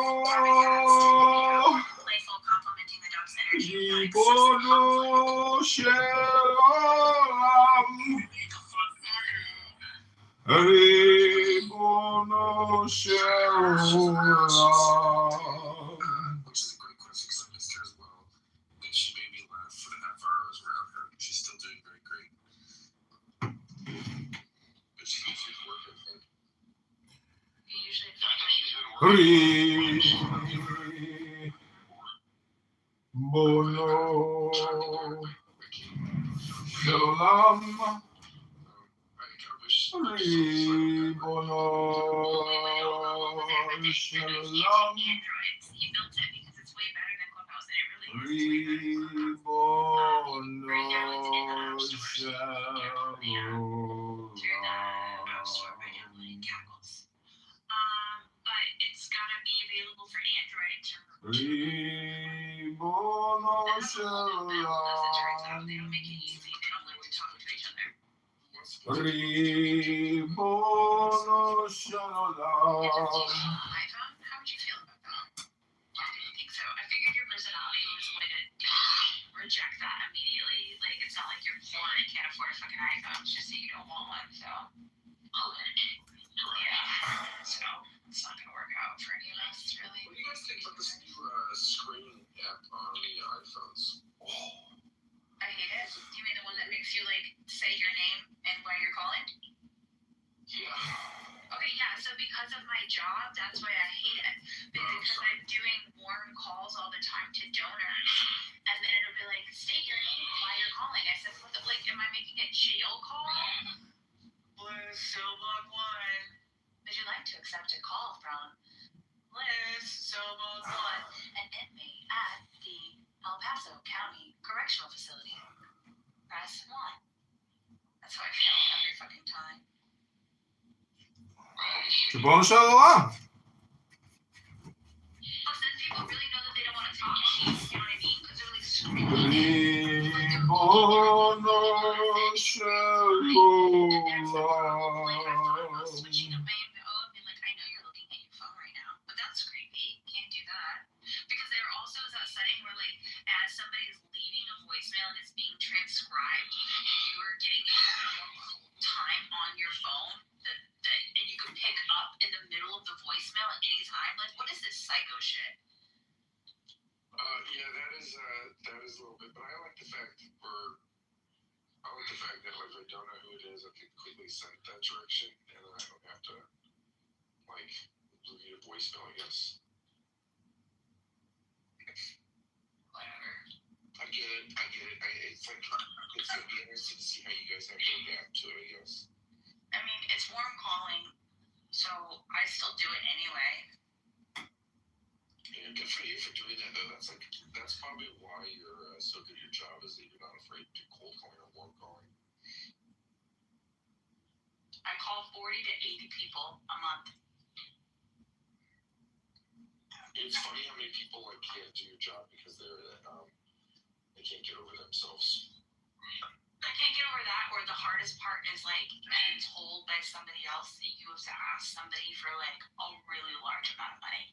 Sometimes it'll be like you will have done a wealth assessment and realize that this person doesn't have what you're being pushed to ask for, and you can either push back and be like, oh, and adjust it, or you could just go balls to the wall.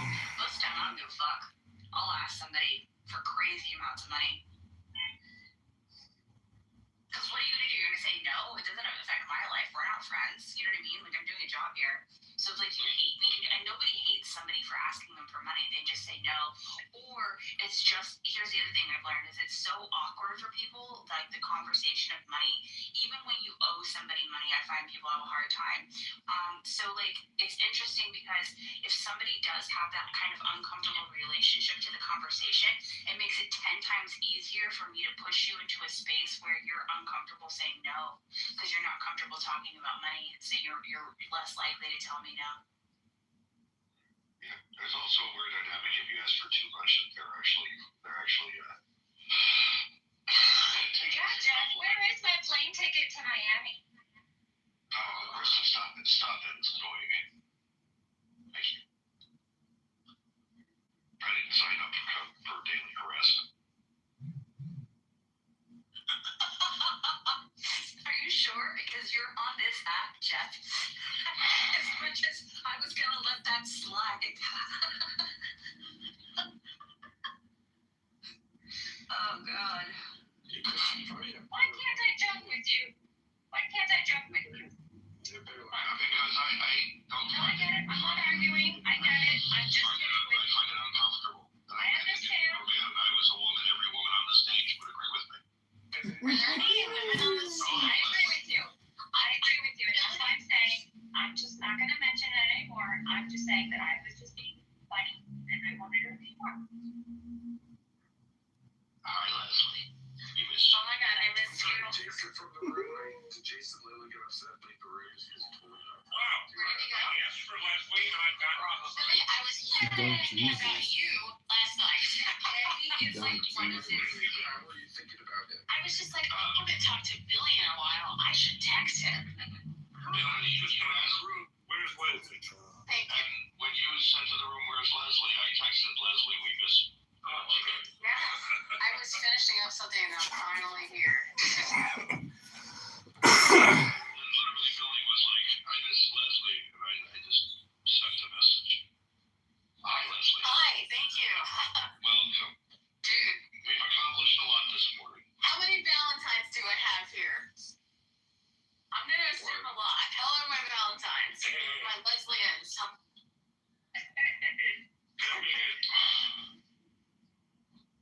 Real talk, I just got a phone call and at the end this girl was like, and by the way, happy Valentine's Day. And I was like, oh. Hey. Hi. Is that today? No, it's Saturday. Yeah. Leslie knows damn well what it is because we've been counting down. Oh yeah, Bliss is having a huge party with her girlfriends. I danced to live a life where I never celebrated. Because tomorrow is Valentine's Hello? Day. Right. Hello? Friday the 13th. Oh, wait, tomorrow's Hello? Thursday. That's right, I'm sorry. Wait, what's today? Thursday. Today is tomorrow. It's Valentine's, you're right. Let's hear it for girls. So my friends are coming over tonight to help me make my balloon art kit. Hello? Slave labor and slave. Hello? Hello? The first night, Hello? I with this same group of girls will do this because after one time, people will never do it again. Nice. Which is fine because I have enough friends to continue to rotate through Hello? projects for eternity. And Hello? blowing up balloons. So. What about hospitals? Hello? What about the hospitals? Do you get trouble blowing them up too, or? I never have any trouble finding people help me blow up balloons, and I come up. Hello? Good. Maybe my timing is off. Hello? I'm just not always aware. It's okay. Hello? So I'll go to the chapter first, and you'll get it. You're gonna have to change my memory again. This thing has been a fucking problem.